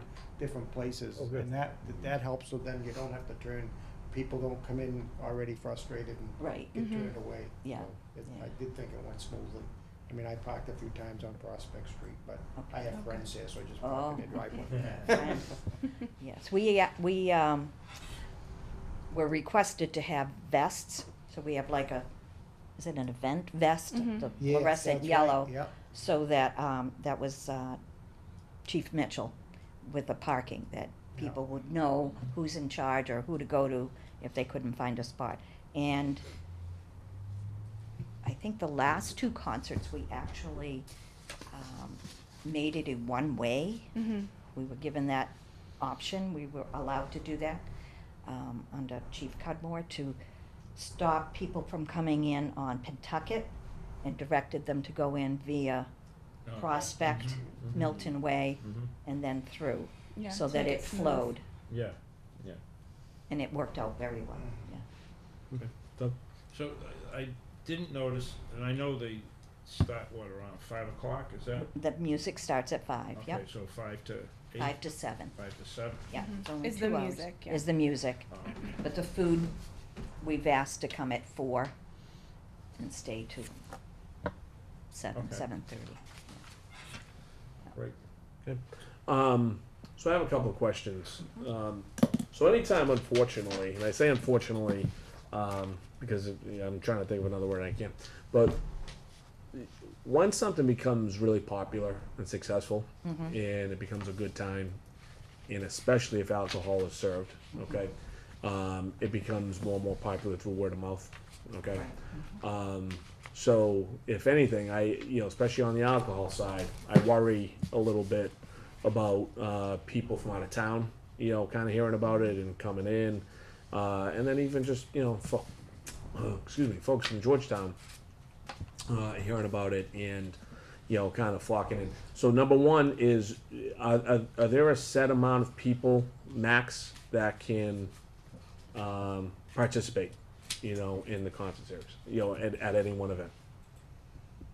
I don't believe there's like an actual maximum, but it definitely, I mean, would lead to just parking ability. I mean, if there are different areas down the streets where people can park, but I think that because the lot is not small, but it's definitely not a huge lot, and then I think because some of the extended areas are not super big, I think that kind of limits it a little bit for the amount of people that can generally come. Last year we had an attendance on average, I'd say about 100, 150 per concert, maybe. Yeah, hold on. And like I said, as things get more popular, Right. all right, and more successful, like I said, and, I say unfortunately, but it's not. It's actually fortunate because obviously things are going well. But secondly, are we getting more Georgetown people, or Yes, yeah? So definitely. we're not seeing a lot of people from out of town. Is this specifically for Georgetown people? Yes, It is. So well, Well, And- it's for anyone, but I think that the main attendance is Georgetown. for sure. Okay, Because we do go through a lot of local bands. A lot of them, you know, Fat Bellies is from Georgetown, the food vendor. So there's a lot of people from Georgetown that are involved, and then generally they bring, you know, friends and family. yep, There are definitely people from other communities that come as well. I mean, from surrounding towns, but I'd say the majority is probably Georgetown. okay. And, number 3, as far as parking, you know, I guess, you know, at some point in time, so we have, you know, people who are living in and around, you know, the park. Have you had anybody, you know, with a little, kickback on, have cars had to park in front of people's houses, anything like that where people are I a little haven't- antsy about that? I haven't had any complaints and. No? Okay. No. Okay, that's all I have. I would wanna make sure that, Yeah. those folks, Absolutely. aren't, you know, getting a little aggravated with, people parking in front of their houses and, you know, if parking becomes a little light, you Yeah, know, in the right. main parking lot and then up and around, so, okay. Hold on, Gary had a, Yeah, I just wanted to say that, you know, you were asking who attends, and I think I attended, what'd you have last year, 3? 4? Five last I year. missed one. 4. Was it I missed four last one, year? I One, believe. two, three. Yeah. It was fun. But, pretty much Ah. Georgetown, but there is, Joe, you do meet people, there's a small group, you know, we're not the only town that does this. Bradford does concerts on their common over there. I believe West Newbury does something, they've got a nice little Haverhill park. does something. And so there are a few people that you meet that sort of follow these things town to town. few is okay, I guess my but point is I they're- just wouldn't want but it they're, to become a little overbearing on our, You know, they're pretty much a good group, so, you know, Yeah, it's been a Yeah. very yeah. polite, Yeah. well-behaved. No, it's, and I'd say you probably got room to comfortably double almost what Yeah. are Yeah. seated in there. Seated. Parking Yes. may Yeah. be It doesn't feel congested more. in No, the kind it of doesn't. concert It's- area. It's never feels congested Yeah, in there. people aren't sitting on top of each other. Mhm. And you can also hear the music on the beach as well as in the picnic area. So, I mean, there's a lot of spreading out, okay. so, Right, and there's Hey. a large contingency of people that walk to the, Yeah, yeah. Mhm. yeah. just Okay. from the surrounding neighborhood. Yeah, like I said, for me, more the merrier. I just don't. I want to make sure that our residents around there, you know, don't have to deal with anybody who's being disrespectful, you know, to their property or, you know, people getting a little out of hand, you know, things of that nature. So, Steve. Yeah, quick question on the alcohol. Did we only limit people to two drinks last year, or? We sold tickets individually, so Okay. you would only are allowed to buy one ticket at a time. One ticket at a time, but there is no packs that. It was generally like 2, I would say. Okay. But I mean, I think part of the reasoning for doing it one at a time is that you couldn't get a handful of tickets. Right. We had to look at you every time. And we had to make sure you had a wristband. We had to make sure that you were, you know, kind of within your right mind. Sure, okay. That type of thing. You only carry so much on the truck. Right. That's true. Right, that's- The truck is small. Yeah. We're sold out. They really did a good job in administering that. Good, no, that's good to hear. When we say the chief is down, is it a uniformed officer? Oh, yes, Yes. yes. Okay, so everyone can see. Okay. And they were very supportive, they were really very visible, and Yeah. Yeah. it was really, think yeah. that's visible, one I of think the- we're I okay. think that's one of the functions that he uses, the SRO officer. Yep. Some of that time. We love that new Sure. recruit. Yeah, I yeah, mean, no doubt, right. It was impressive. Okay. Yeah. All right. Any further discussion, questions, issues? No. Okay. I think I have. Sure, I'm sorry. It sounded like it was your decision. Doug did ask a question about the Byfield Parish Praise Band. It is a church group. I particularly when I'm there, make use of the beer truck, but. Okay, well, is that- So I don't know if that's your preference or what we wanna do. That, I'm just trying to. Well, I'm not certainly speaking for the Byfield Parish Church, Yeah. but Mhm. I am a congregant there. You so are, okay, I have the sense that they prefer not to have okay. alcohol Well, sold there. That we actually have brought that up We thought about it So- in our meeting a little bit. Maybe we could talk to them. and us- asked and- them and if, their talk comfort to level. Whoever you're talking with there. and who would that be? Would that, well, Well, who approached you? oh my gosh, what's his name? Let me see, hold on. Look at my notes. I don't want to assign responsibility when I'm not certain.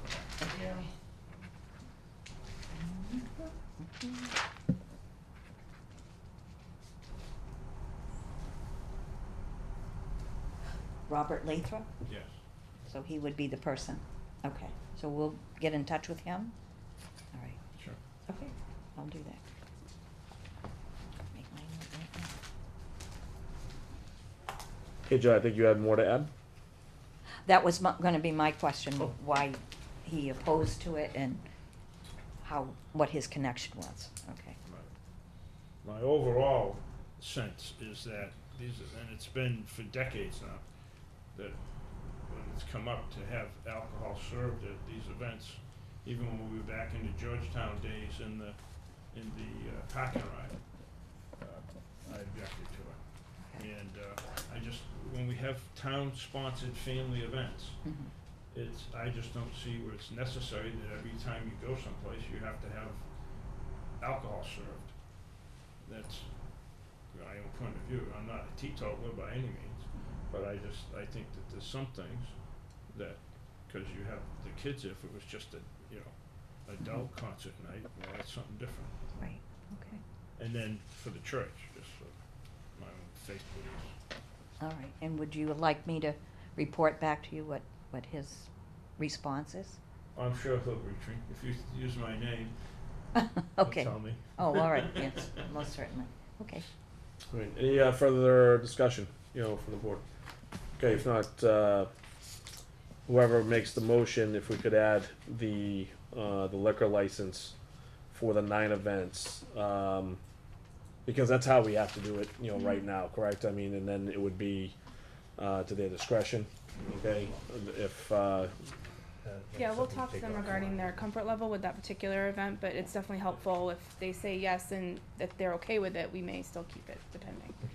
yeah, I mean, I would, if we vote it, okay, I would just like to, make sure that, your board, okay, understands the concerns of Selectman Dawes. It is a very viable concern, okay? So, we will kind of put that, in your hands. And hopefully, you're respectful of that, and, but at the end of the day, it's, your decision. I would just say Unless- whatever okay. Mr. Lathrop tells you, Okay, it's fine. it's fine with me. So if I, Gary? Yeah, do we have enough paperwork in front of us to vote on one-day alcohol licenses? Okay. I think so, yeah, they had the tip Yeah, certification. okay, and yeah. You might not have had, I think I added No, that it's in here, that it was added in the mailbox when I Yeah. got here. And so, basically, really, because the Park and Rec approves the dates, so do we just do the liquor license? Is that our function primarily, I think? Or do we, The Park and Rec does, their, application does have a spot for the Board of Selectmen to sign. okay, so I'm just trying to understand what the motion is. Gary, if I may, now that I think about this, are we voting on each individual liquor license for that one concert? And I guess to be respectful of Selectman Dawes, can we vote for 8 and not the other one? That specific one that Selectman Dawes is concerned about? I would leave it to the discretion You wanna do it that of way? the organizers from the Byfield Parish Church and the committee. Okay, as long as you're comfortable with that, I wanted to make Yeah, sure I was respectful of that as well, so if you're okay with that, then we'll keep it at the 9. Because I know that they'll follow through, and if the organizers from Byfield say they prefer not, I know you won't have it there. Right. Okay, absolutely. fair enough, as long as you're okay with that. Okay, alright, so, per Gary's question, are we just voting for the liquor license, or are we voting on everything? Both. Why don't we do that, and then perhaps we'll just vote to, sign the Park and Rec thing that they also sent, that like Janet says. So maybe separately, we vote to sign the letter from the Park and Rec, and then I would think maybe do the liquor licenses all at once, but as two separate votes. Two motions, one just for Yeah. the concert series and then one for the. So why don't I move. Yeah, Gary, why don't you, I'll move, Mr. Chair, that we approve the, Park and Rec Commission, one-day free concert series for the concerts at American Legion Beach on July 1st, July 8th, July 15th, July 22nd, July 29th, August 5th, August 12th, August 19th, and August 26th. Second. Okay, we have a motion and a second on the floor. Do we have any further discussion on this matter? Just quickly. Sure. Rain dates, are there? No rain No. dates. So it's either on or off? Yeah. Bring your umbrella. Okay. All Okay, right. any further discussion?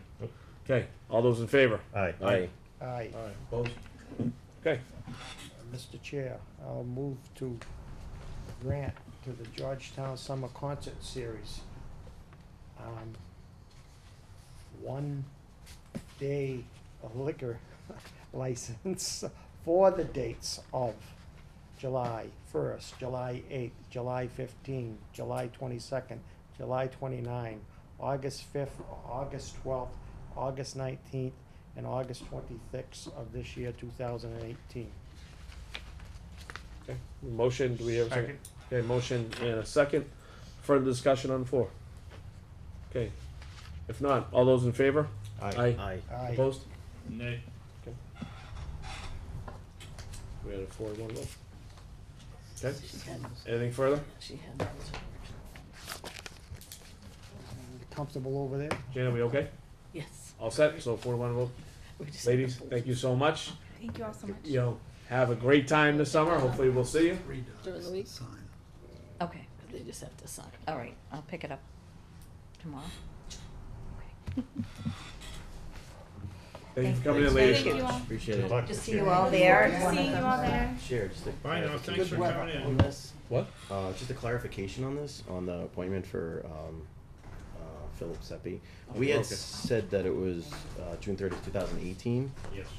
This is 2019. That says 2019. Yeah. No, they said it was to be 18. Yeah. Yeah, that's the bad. 18th. Oh, I it had says done up it for there. 19. I told the chief that, but I can Okay. Okay. initial it. Thank you for noticing that. Yep.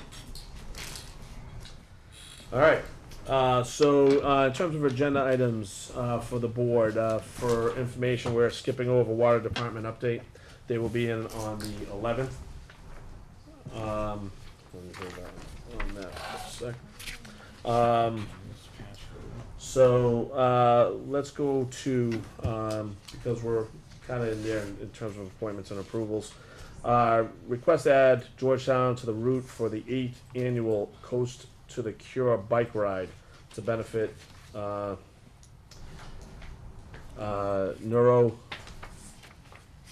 neurofibromatosis, I guess, Northeast, okay? Mike, do we have everything, or Janet, do we have everything that we need for that? Yes. Yes. We Yes, do, it was all approved information by is in? the Okay, Police department also. what's that? It was also approved by the police. Police department? Okay, great. And as we can see, it's the 8th annual, I've never heard any issues, you know, with these guys, so. Have we sponsored these folks before? I believe they did. I think I it thought might it have was, been yeah, I last thought we year. had last, yeah. I think this is-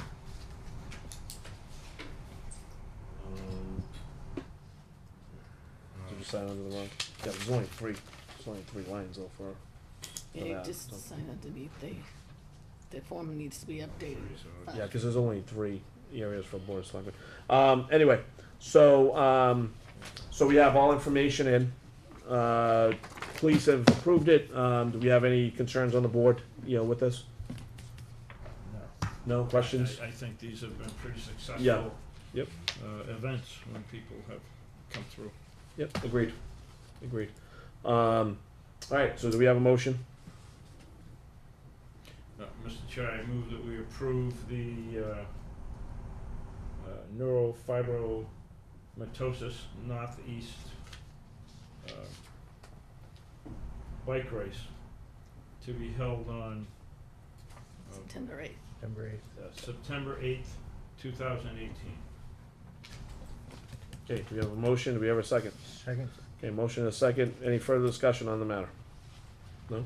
If not, all those in favor? Aye. Aye. Aye. Okay. I abstain. Abstain, okay. So 4-0 on that, Janet. Okay, down the same section, request from Alzheimer's Association Ride to Travel through Georgetown, June 9th, 2018. Same questions, Janet. We all set? Do we have everything in? Yes, yes, Okay, police department?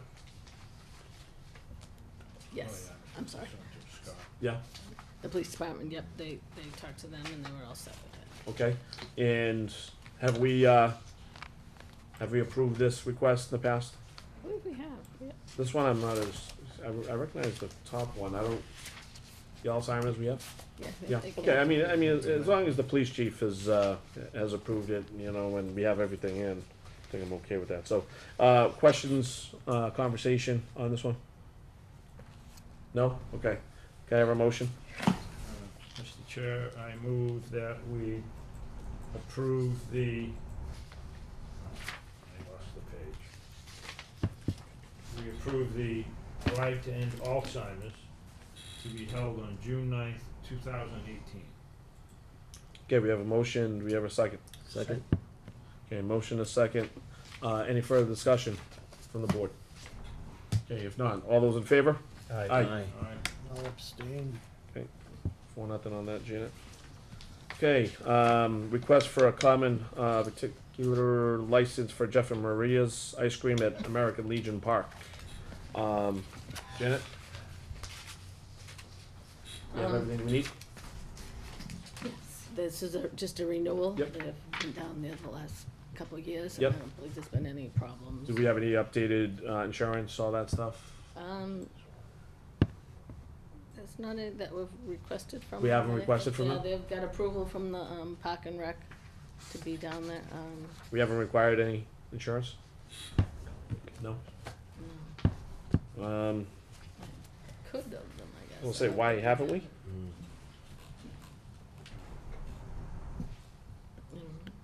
We haven't, I guess they're a different, I don't know if they did last year, because it's, you know, most of our common victuals are set restaurants, Yeah.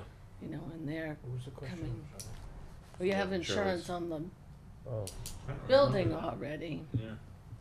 I guess. What we require, we have a group using town building. I would think so. Board of Health. I can't recall if we did last year or not. I think we did. Yes. Okay, I can check with them before, you know, anything's given to them. Board of Health have to 'Cause they're- approve that as well? Yeah. They go, I think they go in to check on They the ice cream and approve the stuff, but that's, standard. Yeah. yeah.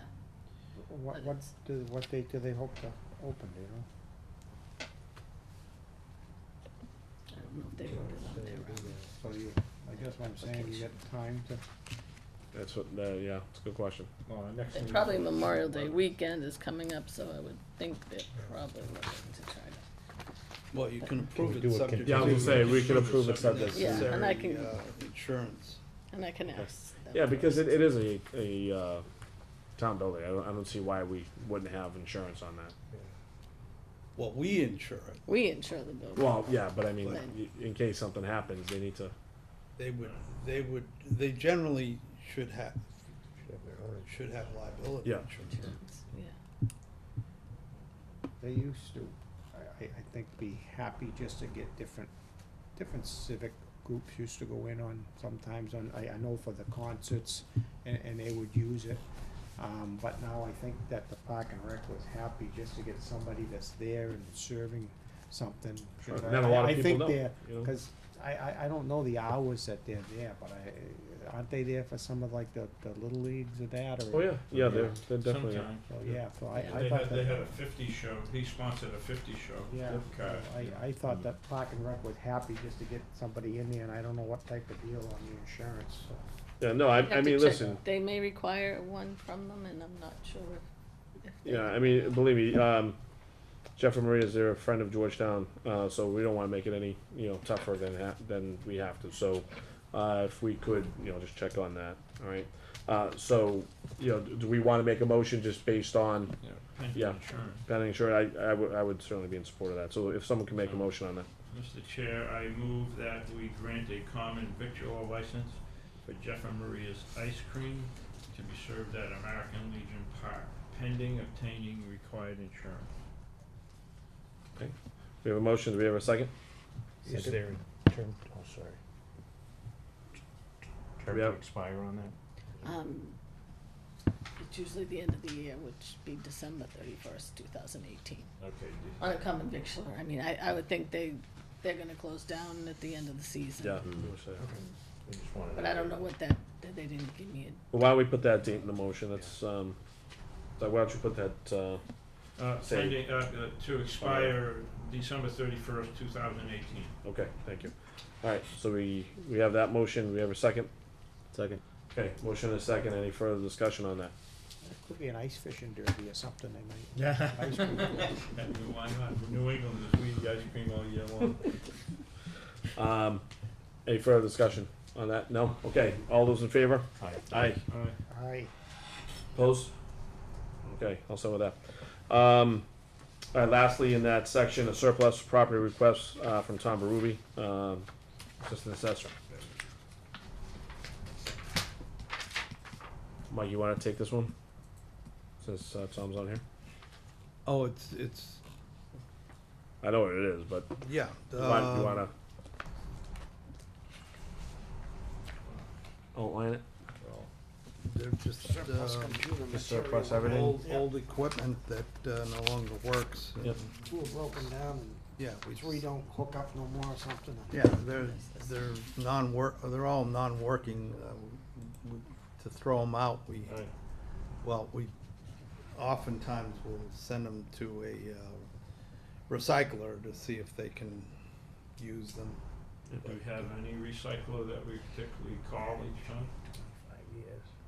We used to, but we've been, our IT Red has been recycling some of the stuff for us. There's a place in Georgetown, you know, the, place on Tenny, Box Q. thank you, I was gonna say box something, or, I think that's where he had taken some. yeah, from taken? us. Yeah. I was gonna say, if we're looking for recyclers, I've taken stuff to them before, and they're pretty receptive to almost anything. Yeah, I think Tom was gonna take this someplace. I think he was. Is Tom gonna take it. take charge of disposing of it? I think he was going to, yeah. Okay. Have we ever considered makerspace? Donating it to the makerspace in town? They use a lot of these types of things to. It's at the library, right? No, it's at the school. Oh, at the school. There's one at the high school as well. Oh, okay. Just something to think about. Well, I going would think forward. as long as it's working, I mean, did Yeah, I hear A lot that? of times they take them apart and they create other things. Oh, So, really? like old monitors or computers, or they'll take out, for instance, the fan, the motor and the fan of something, and they'll create something else with it. Something to think about. Well, maybe something that you could talk to Tom about. I yeah, guess. we can talk to Tom To the about it. school, Yep. yeah, talk to the school. Yeah, no problem with that. Okay. Well, let me ask you, I mean, do we, is this something of a rush? Do we need to do this right now? He wants to clear out his office. All right, so with that being said, why don't you talk to him about later stuff Yeah, instead of taking this stuff on and, you know, kind of move We this could still forward. So- follow that route, correct? Yeah. Yeah, Yeah. well, once we've said get rid of it, we're just Clearing it. All right, so do we have a motion? Mr. Chair, I move that we approve the declaration of surplus personal property from the Board of Assessors office to be disposed of by that department. Do I have to list everything? I just the Yeah, equipment? presented, right? Yeah. Is it as presented, I Yeah. think, yeah, second. Got a motion and a second, further discussion on this? Okay, if not, all those in favor? Aye. Aye. Okay. Thank you. Yeah, this is for you to sign, John. Okay.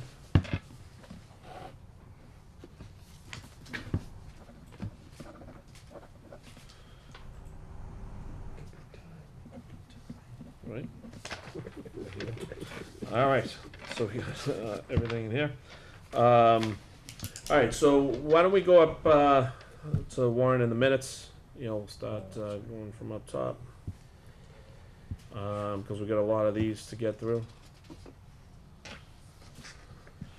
Do you wanna do them all at once, Mr. Chair, or does anybody have any things that they wanna add? Nothing to add. All right, that's a good suggestion. Why don't you do that? If nobody has any issues with any of them, then yeah, why don't we do them all at once? All our hold. So I make motion that we accept the executive's session minutes for, oops, sorry. Right, for April 9th, at 6:10. April 9th at 6:47 PM. April 18th, April 23rd at 6:10. April 23rd at 8:50, and May 9th, 2018. Second. Okay, we have a motion and a second. Does anybody have any discussion, on those minutes? Okay, if not, all those in favor? Aye. Opposed? Abstain, thank you. Okay.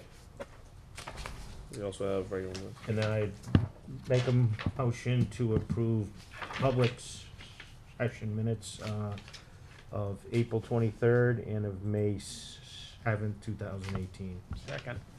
Okay, we have a motion and a second. Any further discussion on those? Okay, if not, all those in favor? Aye. Aye. Abstain. An abstention, okay. All right, all good with there. Memorial Day notice letter, Okay, for May 28th, 2018. all right. Yep, Doug, why don't you take it from there? Hey, Memorial Day is coming up, it's next Monday. So there's a lot of activities that are taking place this week and up through Monday. I'll read you this, the letter that was sent to the Board of Selectmen, to the Georgetown Board of Selectmen, the Georgetown Renee J. Gagnon, American Legion Post 211, and the Veterans of Foreign Wars Post 7608. Invite the Georgetown Board of Selectmen, all veterans and residents of Georgetown, to participate in the observance of Memorial Day on Monday, May 28th, 2018. The scheduled events leading up to the commemorative march, which is on May 28th, are as follows. Thursday, May 24th at 10:45 at the Georgetown Middle High School. The Middle High School is present their Memorial Day event. All veterans are welcome to attend this. Again, that was Thursday, May 24th at 10:45 a.m. at the Georgetown Middle High School in the auditorium. Then on Thursday, May 24th at 6 p.m., we gather at the cemeteries to place flags to mark the veterans' grave sites. We do that at Harmony and Union Cemeteries and at the Old Byfield Parish Church Cemetery. Then on Friday, May 25th at 9 o'clock at the Pembroke School in the gymnasium, the elementary school puts on their Memorial Day event. All veterans are encouraged and invited to attend, as well as residents. You have to access the school through the front doors. You just can't walk to the gymnasium where the event is held. Then on Saturday, May 26th is the American Legion Poppy Drive from 8 to noon. And Monday, May 28th, are the morning ceremonies. The veterans will gather at 7:30 at the Georgetown Park and Ride, and the bus will leave at 7:45 for the cemetery ceremonies. 21-gun salute and some prayer. On Monday at Monday, May 28th, 9:30, you reassemble at the Georgetown Middle High School for the commemorative march. And then at 10 o'clock, the commemorative march begins. The route will be from the Georgetown Middle High School down East Main Street to Central Street to the Public Safety Building. And then from the Public Safety Building, we'll proceed to the Civil War Monument just outside the front door of Town Hall here. And then from there, we proceed to Harry Murch Veterans Park. When the ceremonies are over, those veterans and those folks in the march will march back to the middle high school. And then after that, we all convene at the VFW for hot dogs and libation, Coca-Cola and stuff like that. I encourage you all to attend. If there is inclement weather and it's bad enough not to hold it outside, we will be holding it at the VFW at 10 o'clock. We did that a couple of years ago. So I do encourage you all to attend. I encourage there's over 400 living veterans here in Georgetown. I encourage you all to participate in this event. It's a very solemn day in the remembrance of those who have served our country and passed on. So thank you very much. And I do want to echo Doug's remarks. If everyone doesn't have anything going on with their family, or different events that they're going to, and they do have an open day, I really encourage you to attend. It's a very it's a moving day, and it's a great day to honor our folks that have paid the ultimate sacrifice, and I think at the end of it you'll be happy that you attended. So I do encourage everyone to attend if you can. So Doug, thank you very much. I appreciate it. So moving on from the agenda, the Healthy Farms recreational marijuana host agreement. Mike, why don't I defer to you on that, and if you can bring us up to speed. Well, Doug and I met with the two principals, Paul and Nat, last Thursday. And they're actually, we just found out that they are back in operation as of Saturday, I think. Which is great to hear. Yeah. Great to hear. Very good. But they are very eager to get into the recreational marijuana field. And to do that, we need to have a separate host agreement with them. We're under different rules and laws as opposed to the first one. There's not a lot of give and take here. The most we can ask for is 3% by law. And based on the recent town meeting vote, we now can charge up to 3% of an excise tax. So it's really just wordsmithing this agreement. This was drawn up by their attorney. I sent it to our attorney, and the two attorneys will mash it together and come out with a single document that both of them approve. Mike, when did our attorney receive this? Thursday. Thursday, okay. Yeah, Alright, so- I got a copy. We got a copy of it Thursday and Okay. sent it right out. Okay. So, I think the other thing that happened at that meeting, I'll defer to Doug on that. Well, Healthy Farms presented the town with their first contribution via the terms of the host agreement that we had. Wonderful. So this was Wonderful. good, and they were happy to do so. Yep. We did work with them during their time being closed, and trying to assist in that function. But yeah, they were happy to provide that. And that was what, last Tuesday? Thursday. Last Thursday. Okay. So, and I'm not joking here. It's been deposited, and everything is good to Thursday go. afternoon. All right. I only ask because I know they're not that big. Maybe banks would want it to clear. Usually it takes some days to clear. It's been cleared. Everything's Well, good to go. that I don't know. I'd have to talk to. Yeah, that's what I'm saying. To Ann about. Okay. Treasurer. All right. And like I said, it's just a serious question, because I know this board, we've had conversation about, okay, once it is cleared, maybe we can start having some conversations about, what if, we have this money, what do we want to do with it? you know, do we wanna do this, that, or the other thing, or just leave it there, you know, and let it accumulate, so, we, you know, I was a big voice to say, okay, you know, let's not discuss anything until we have something that is cleared, we know it's in the bank. And then also, you know, kind of figure out what our, you know, kind of rules are, you know, around that, so.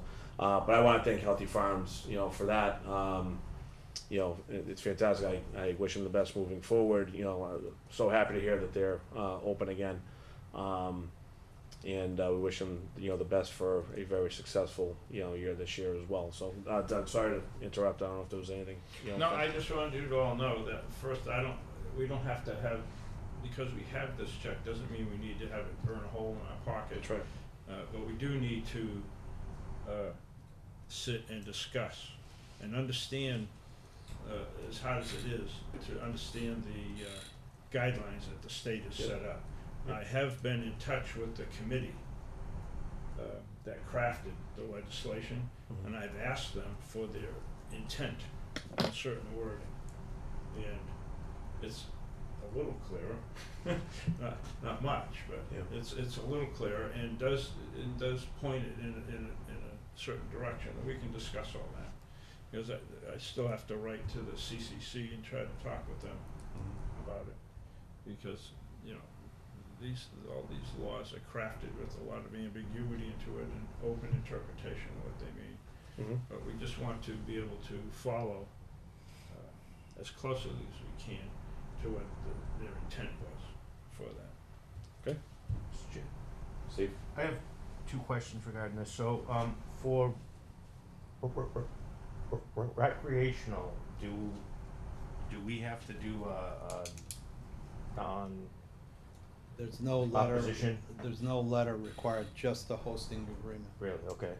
Okay. And then two, have we decided as a town, and I don't know if this is still in the rules or not, but I remember us having a conversation that if we wanted to as a board, we can determine how many recreational facilities are in town, and I think there was one thing that said it could be up to the number of Oh, there was a liquor formula, license. yeah. There was a Is formula. that still valid, or is that something that we You can have, still- the town can approve as many as they want, but they do say that if you have, well, like we have 3 package stores, so you take 20% of that number, you have to round it up, so there would be 1. If you did less than 1, you're kind of banning it, but we already approved it, so we'd have 1 anyhow. Yeah, so I guess the question is that's such a thing that we Well, the discuss bylaw as a that, board? the bylaw that we passed was a little open-ended.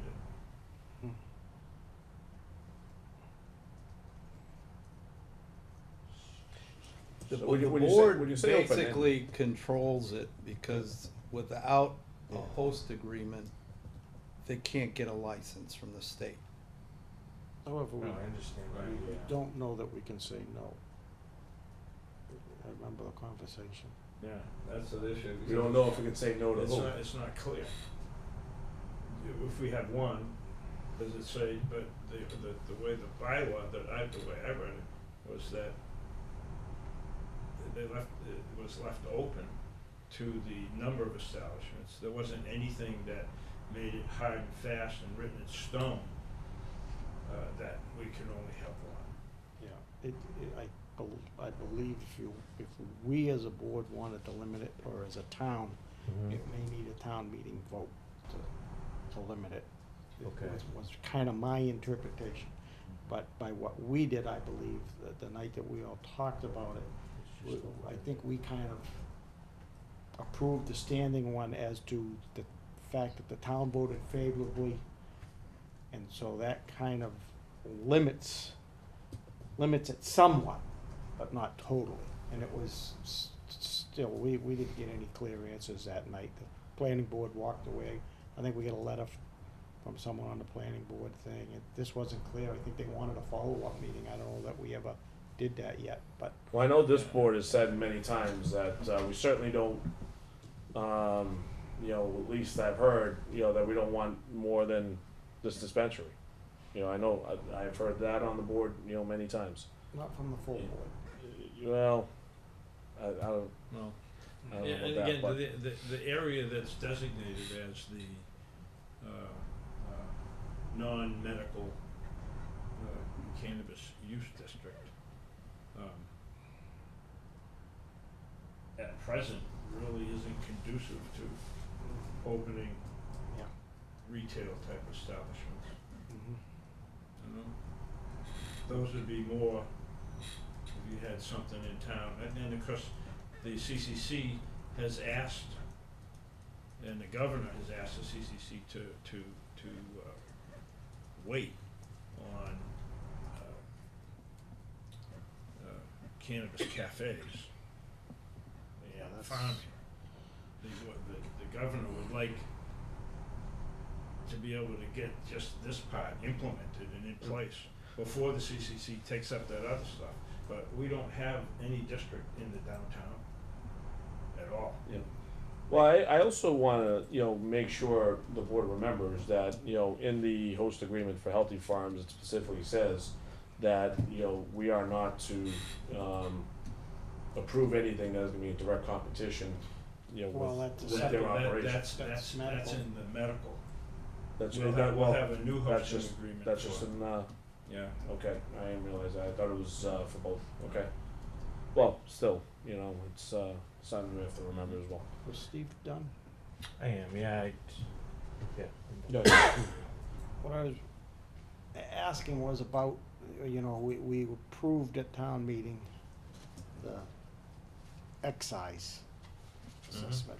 Now, is that, like, it was called the excise, is that for a reason? Is that so that the town will be able to collect it? If it was sales, the state would be collecting it and then sending it back to us at some point. That's correct. So, you know, if that is the plan, that the excise tax that we approve will be collected directly by the town?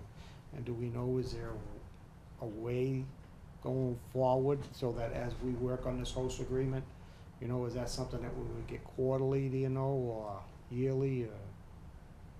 Yeah, it'd be all, probably all rolled in with the sales tax, right, but with some type of, you know, line that says, well, you get this I just much don't know from how that, often you an use. establishment like that pays that tax to the state, like It's intended to be quarterly quarterly. with sales tax. Okay. Good question. So that 3% excise actually goes into the general fund, is that right, Mike? Yes. And Now, then the 3% from the hosting agreement goes into, now, has to go into a separate account, which we already have a separate. if I could ask a question there, then, doesn't mean, I'd like to put it out there, doesn't mean the board needs to approve it, but maybe we can find out. Is that one of those type of things that we could put directly into the stabilization fund? Where they made The that excise change tax? in law last year, that you could direct certain funds, it would need town meeting approval. And you could direct certain funds right into the stabilization instead of the general fund. I'd just like to, maybe some follow-up on whether that can be done. Doesn't mean that's what we'll do, but it would be nice to know. You mean, so directly have the state, I mean, where would, The state changed some of the laws last year for your stabilization fund, that you could direct certain funds, if approved at town meeting, to go, not into the general budget, but they would go directly into the stabilization fund.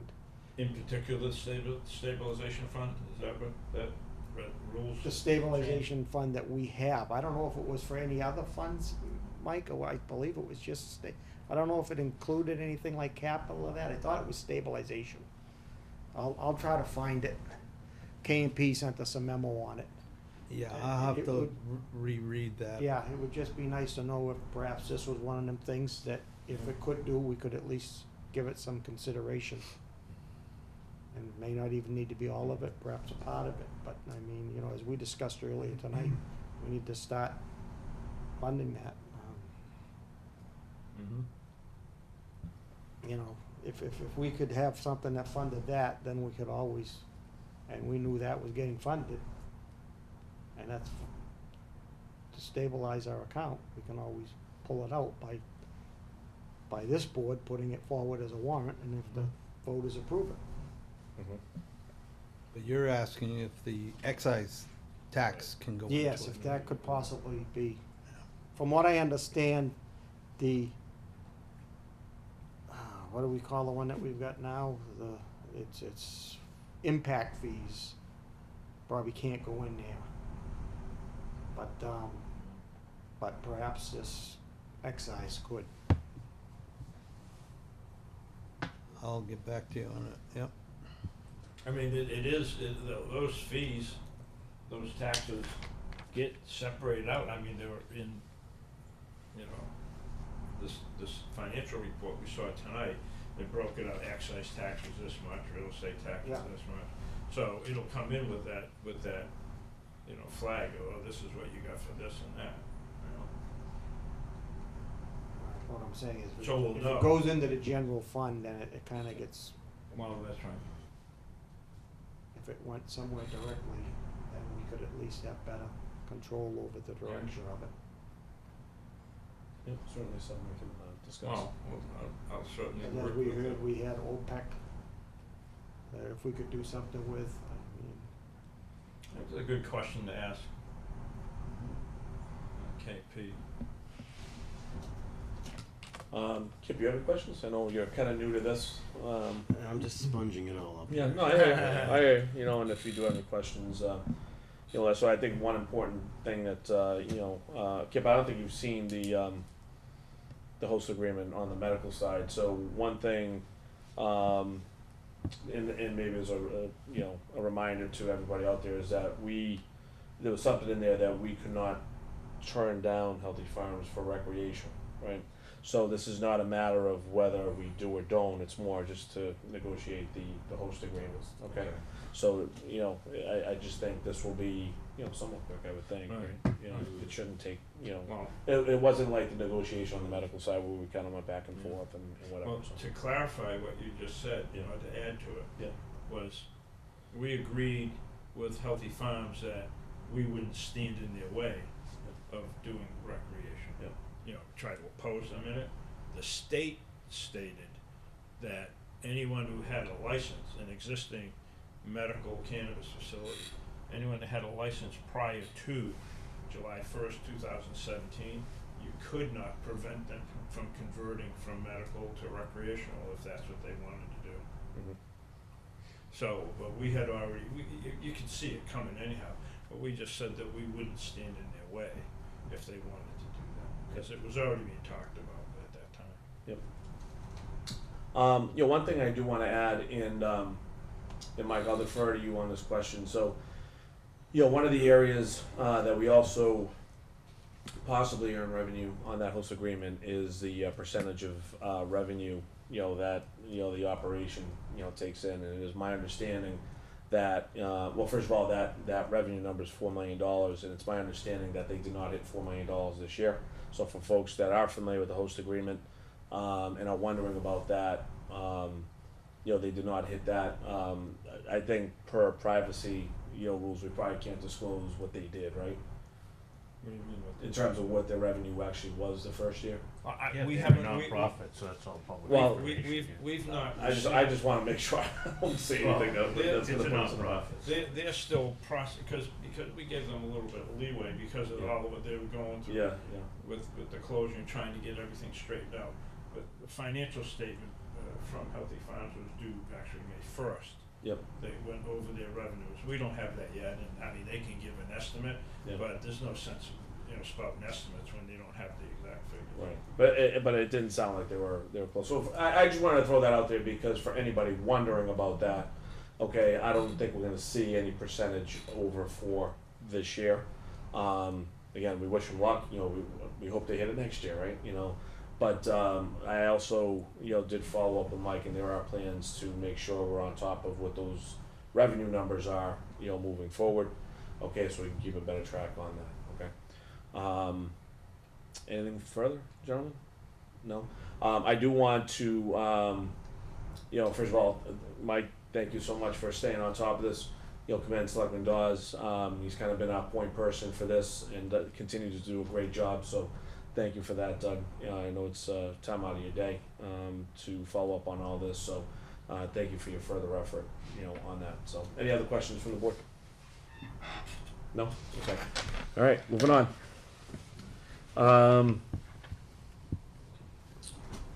Acting town clerk appointment discussion.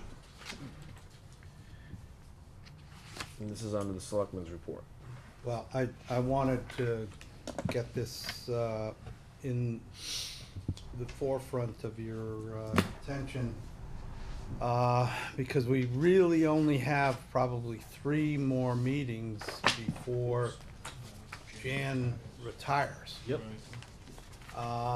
And you've got some decisions to make.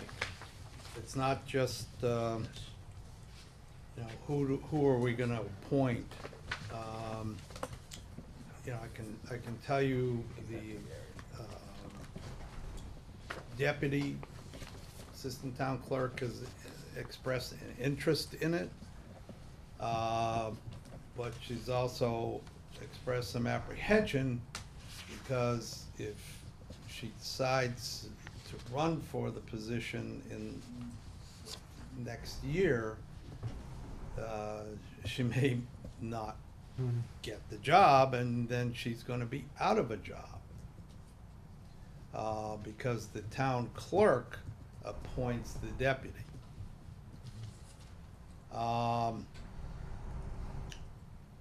I asked a couple questions of legal counsel, so we knew what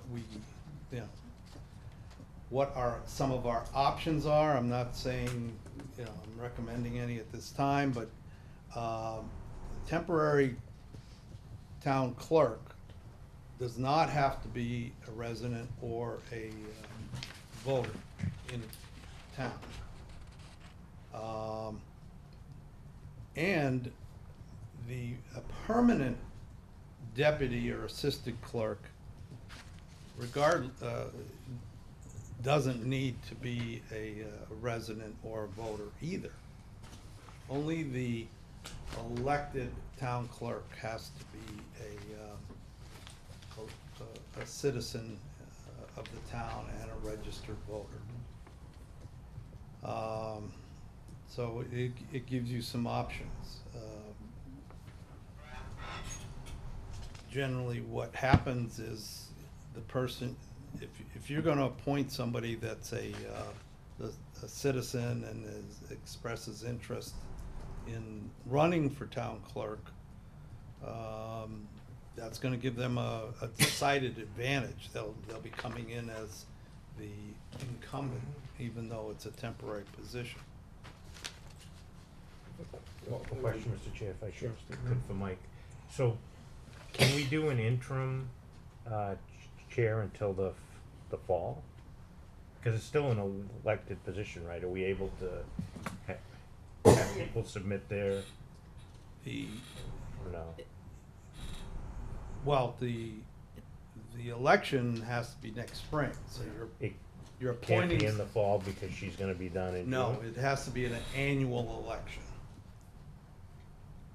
Can't be a special? No, really? Yeah. Okay. An election costs the town about $2,500. Yeah, I was just But curious. it's specifically an annual Okay. town election. Gotcha, okay. Gary? My feelings, Mike, if you're done, would perhaps be Yeah. that we allow you to post it, take applications, and then Kathy would have to apply, and if we felt they got better qualified ones, that might be the best way to go, and then that would allow that other person to make their mind up. They've got till next, what is it, February or March, that you take out papers. And that opportunity is there, but I mean, I think for us as a board that the best thing might be to just take applications and, personally, as with Mike, what Mike said, we might be giving someone a leg up, and if she's, hasn't made her mind up, I mean, she's welcome to apply if you put the posting out there, correct? Yeah, I just,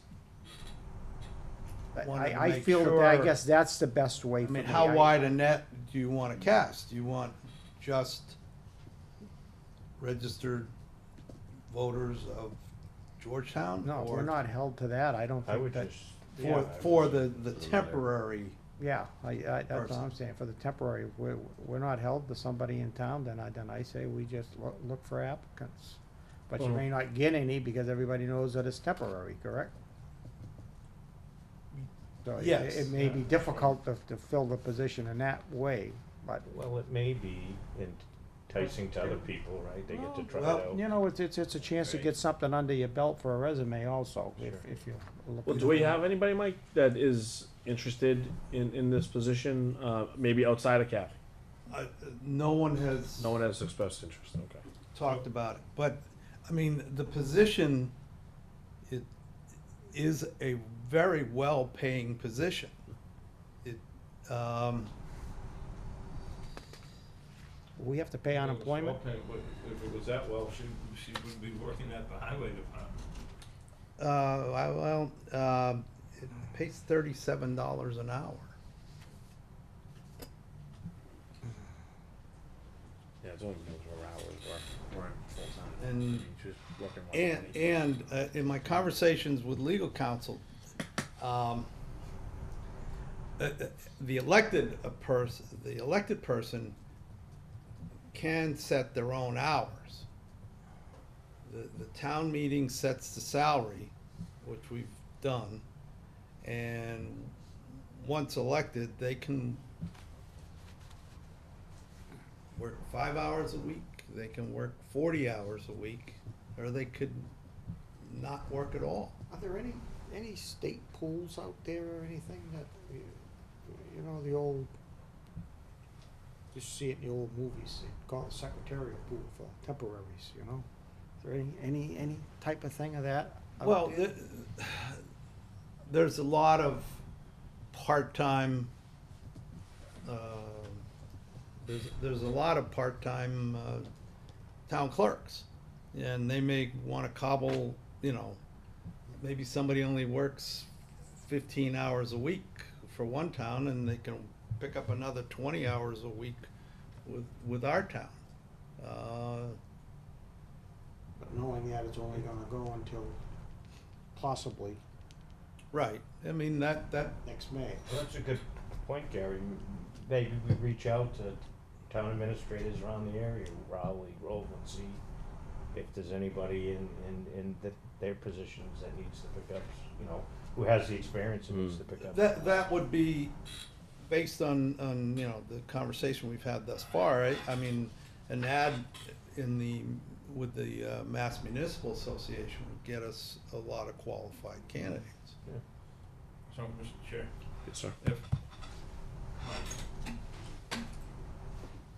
let's, for the sake of conversation, say that Kathy was appointed to town clerk, then we have to look for an assistant? No, No, she's Kathy- appointed temporary. She would then have She can She'd be approve. there the by right herself? to, well, she'd have the right, the way I understand Oh. the letter, she'd have the right to appoint her own deputy. Yeah, that's Well, on a temporary basis. Not necessarily, Oh, no. because well, possibly, it depends on, but whoever wins the election in next May, all bets are off, because they can appoint their own assistant. Or in the fall, you can make it an appointed position. Or try at the town meeting. Yeah, I mean, you know, guys, listen, I am always looking for the best possible option, you know, rather than, you know, the local option or anything like that. So I actually will agree with Gary on this, is that, you know, I think we should consider anybody who wants to, you know, apply for this position, kind of take a look at their resume, kind of see what their, you know, body of work has been, okay? And it's because it's an important position. Mhm. All right, we shouldn't be clouded by, you know, just the fact that someone's in town or not in town. This is a very important position, so, you know, I actually would certainly get behind, you know, trying to, you know, get it out there, accept, you know, the resumes, kind of, you know, see what we come up with, and, you know, really trying to figure out who the best person is, you know, for the position, and then kind of see where the I chips mean, fall. from there. I hope Kathy applies. I mean, she's got As do I. she's Yeah, got no doubt. 15 years of As do I. experience. She's But at the same gonna time, be a strong candidate. yeah, no doubt. But you know, at the same time, we have to consider, you know, anybody and everybody at this point. I think. I don't think. Position, Yeah, too. I don't think it would be responsible for us just to just say, yeah, okay, you know, 15 years, that's it.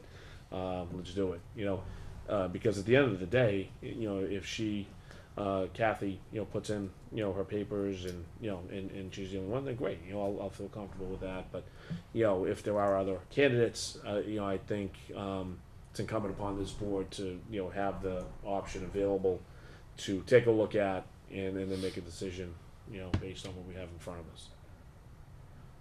So, do we agree with that? Yeah, I agree, and like I said, it's an important position. Typically, the town clerk is the first person you interact with, right, as a resident. So, I don't think we should take it lightly, so. When does Jean officially retire? August. I know August she has some time. She has some 16 time or before- 17. Of August, but she has some time prior to that. She has about 35 days left, I think she told me Yeah. today. So, are we looking to have someone shadow her? She has Kathy. The budget won't allow it. No. Yeah.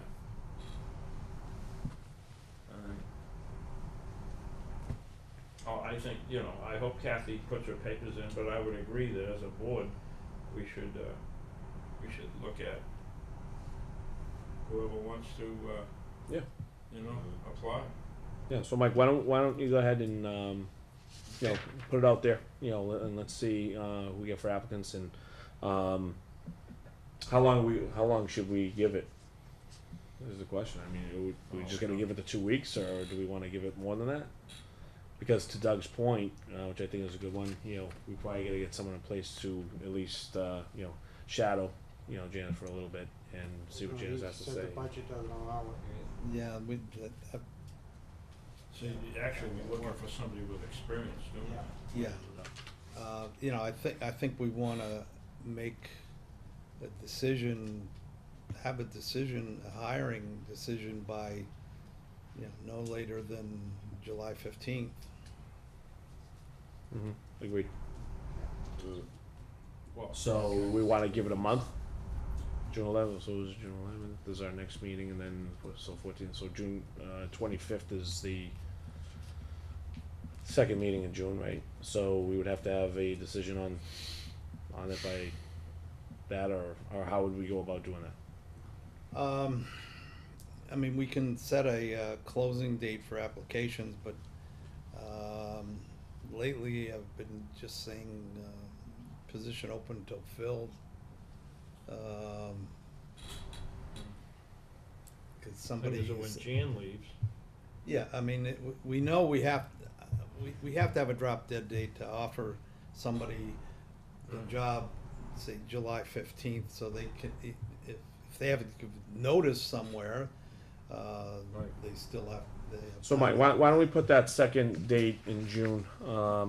Because what I'd like to do is have everybody's application in by then, and then maybe on that agenda, whether we do it in open session or executive session, maybe Yeah, we kind of. that gives us, a good 30 days. That's what I'm saying. Yeah. It gives plenty of time for anybody who wants to apply, and then it gives us, you know, that meeting, you know, that we can discuss, you know, kind of maybe some people that have applied, you know, kind of get a general direction, and then, you know, we'll set a time frame from there. Does that sound accurate for everybody? Yeah. Do we wanna do it like we've done in the past, just if we get enough candidates to tell Mike to get it down to 3 for us, or? I would certainly be in favor of that. Mike has had plenty of experience in determining, someone's history and capability. So yeah, I wouldn't want to review 15 applications certainly. So I think that's a good suggestion. Everybody else okay with that? Maybe bring it down to about 3. Sure. Yeah. Okay. Okay. All right, Mike. All right. So moving on. Last is the town administrator's review discussion. So Mike, why don't you take it from there? Anything else? No, Pardon me? I think that's on us. That would be.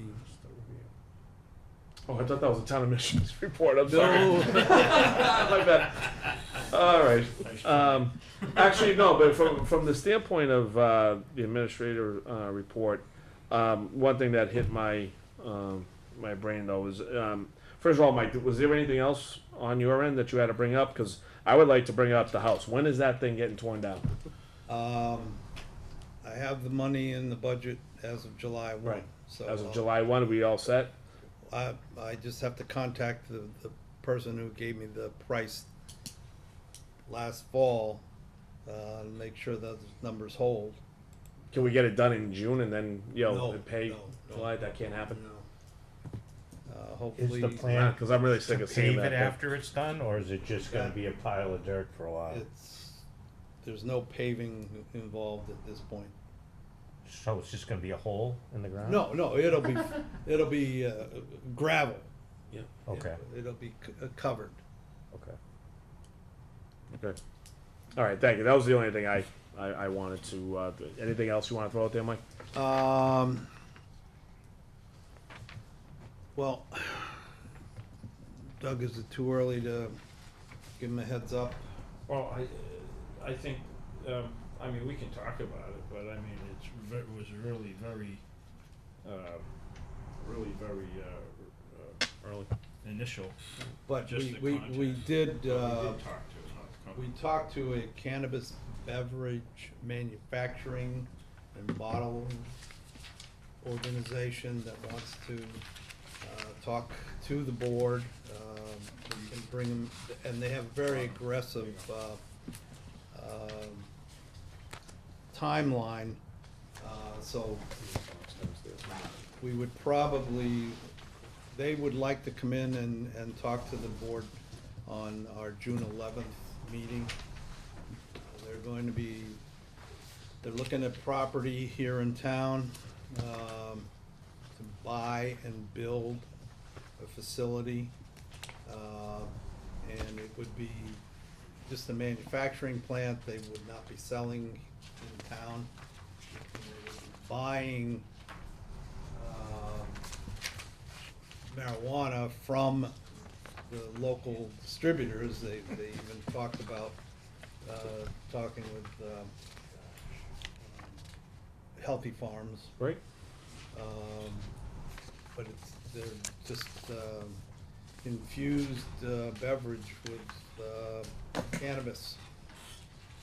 So they're very eager, and they want to be one of the first in the market in Massachusetts. So that, Good. just FYI, that they'll be coming in on the 11th. And for everybody, there's a kind of a PowerPoint per se presentation in your inboxes. So if you want to take a look at that, get yourselves familiar with the company, and it's interesting. I hadn't heard of it before, so it's interesting to hear. There's only, apparently there's only 10 in the country. The whole country. Okay. So interesting stuff. It'll be interesting to hear what they're about. So. And that would be another revenue opportunity. We'd have to have a host agreement with them. Yep. And we're still trying to nail down when the taxable event occurs. So we'll have to work out those details. But I'll tell you, I mean, the host agreement is certainly something good. But when I hear that a business wants to come to town and actually build their manufacturing facility, I tell you that excites me actually even a little bit more than the host agreement, because that also brings in revenue, and it brings in another business to town. Yeah. and and maybe attracts even more business to town. These So types of that's exciting. businesses, regarding revenue for the town, these types of businesses pay taxes on their That's right. building, pay taxes on their personal property, Personal property, yep. and are involved in hosting agreement. Yep. And maybe hire some And then some they folks. hire local folks. So Yeah, they you were have to talking be- about 15 people Yeah. hiring. Yep. And they're already North Shore people. Mhm. The three principals live here on the North Shore. Yep. So that excites me. I'll say even more. Than not to mention the host agreement is nice. Don't get me wrong, but that excites me even a little bit more. So looking forward to hearing about that, no doubt. So okay. Anything more? Lastly, in the next two meetings, I'll be bringing you and the FinCom some line item transfers to close out the budget year of FY18. Okay. The reserve fund has been depleted. Is it? We spent the entire amount. How much So did we have in there? How much did we have? did we have?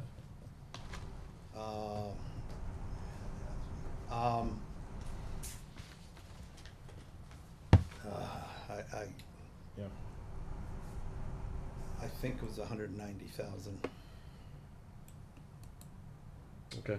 but I'll get back to you, Doug. So that's upcoming for the board. Okay. All right. Anything else? No. All right. Great. All right. So lastly, now the town administrative review discussion. I gotta say, last year we had the results, I guess, of you didn't. No. So I don't have any paperwork to support the findings, and that's my fault. I guess I just wasn't. I think I read that wrong. That's my fault. So what we were going to do is kind of discuss the findings of that report, in the findings of the grades and everything else. So what I think I'm going to have to do is get that prepared for our next meeting, if that's okay, and just kind of report back to the board what the findings were this year, the grades and everything else. Similar to last year, it was actually up a little bit, which was good. But with that said, I also wanted to talk about maybe different areas that people had concern about based on their scores. Ways that they feel Mike can get better, but also things that he's done really well this year as well. So and then there's also the matter of his bonus. I would like to see us, just like last year, vote some kind of bonus in for Mike, based on his contract. But like I said, I wasn't prepared for this, so my apologies to the board. Like I said, I read that wrong, and that's my fault. So Gary? Typically, we've not met so much in an open session on this and gone over this. I actually thought we met in executive session. I don't know if we're allowed, but it seems like that's what we've done in the past. And then, Last year, did we do that? I don't think we did it last year, but we, Yeah. that's basically what we've many times have done in the past. I mean, 'cause, and we kind of go over each other's, and we, as a board, kind of decide what we want now to look going forward, and that. Yeah, exactly, and that's the whole purpose of that. So, actually, Steve, that's a good point. Why don't you bring that up? Because I know you got set that up. I don't know the details, but I do know there has been a ruling on town administrator reviews, as an example, how they're supposed to be conducted and whether they violate open meeting law. And there was a ruling for a particular town that they determined that they did violate it. It had to do with how you collect the information and how you score the results, and Okay. so I think we just have to be extremely careful how we. Oh, how of we course, I proceed. mean, and Yeah. if it needs to be done in an open meeting, it still doesn't mean that it has to be on this floor with the TV going. I mean, we're still allowed to Yeah, have all open- I'm saying is that open meetings in other places. there was a ruling on how you're supposed to give the review, so we just Typically call them more workshop type of thing, but need to talk to town Yeah. council just to make sure that we're. Yeah, so it's probably even good that we don't do this tonight then. Yeah. because we, If I can just add, I think the issue was that the other board members submitted their feedback to the chair consolidated it, and because that wasn't a third party, it was like not a appropriate. serial communication or Right, something like that, exactly, yeah. so as long as it goes to, say, it went to Janet and she collated all the feedback, that was okay. Mhm. But we can't, for instance, give it to you and then you collate it and then disseminate it back to the board. That was the I issue. read the same decision, and if you're gonna talk about the overall results, it has to be in public. it has to be in public session. Yes. Okay.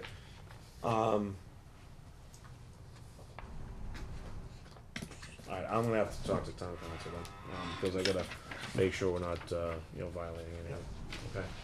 So Mike, my apologies for that, like I said, I read that wrong. So, we'll put it on the next agenda, okay? Alright, does anybody else have, anything more to add? Yeah. Gary? just back to what we started with Powers and Sullivan, is that it? Could we consider to set up a meeting with Finance and Advisory to go over some of this? And personally, I think that needs to be what that meeting is about. You know, if there's some other small business that would be there, okay, but I don't mean to invite them to a regular meeting, because who knows how long this could go.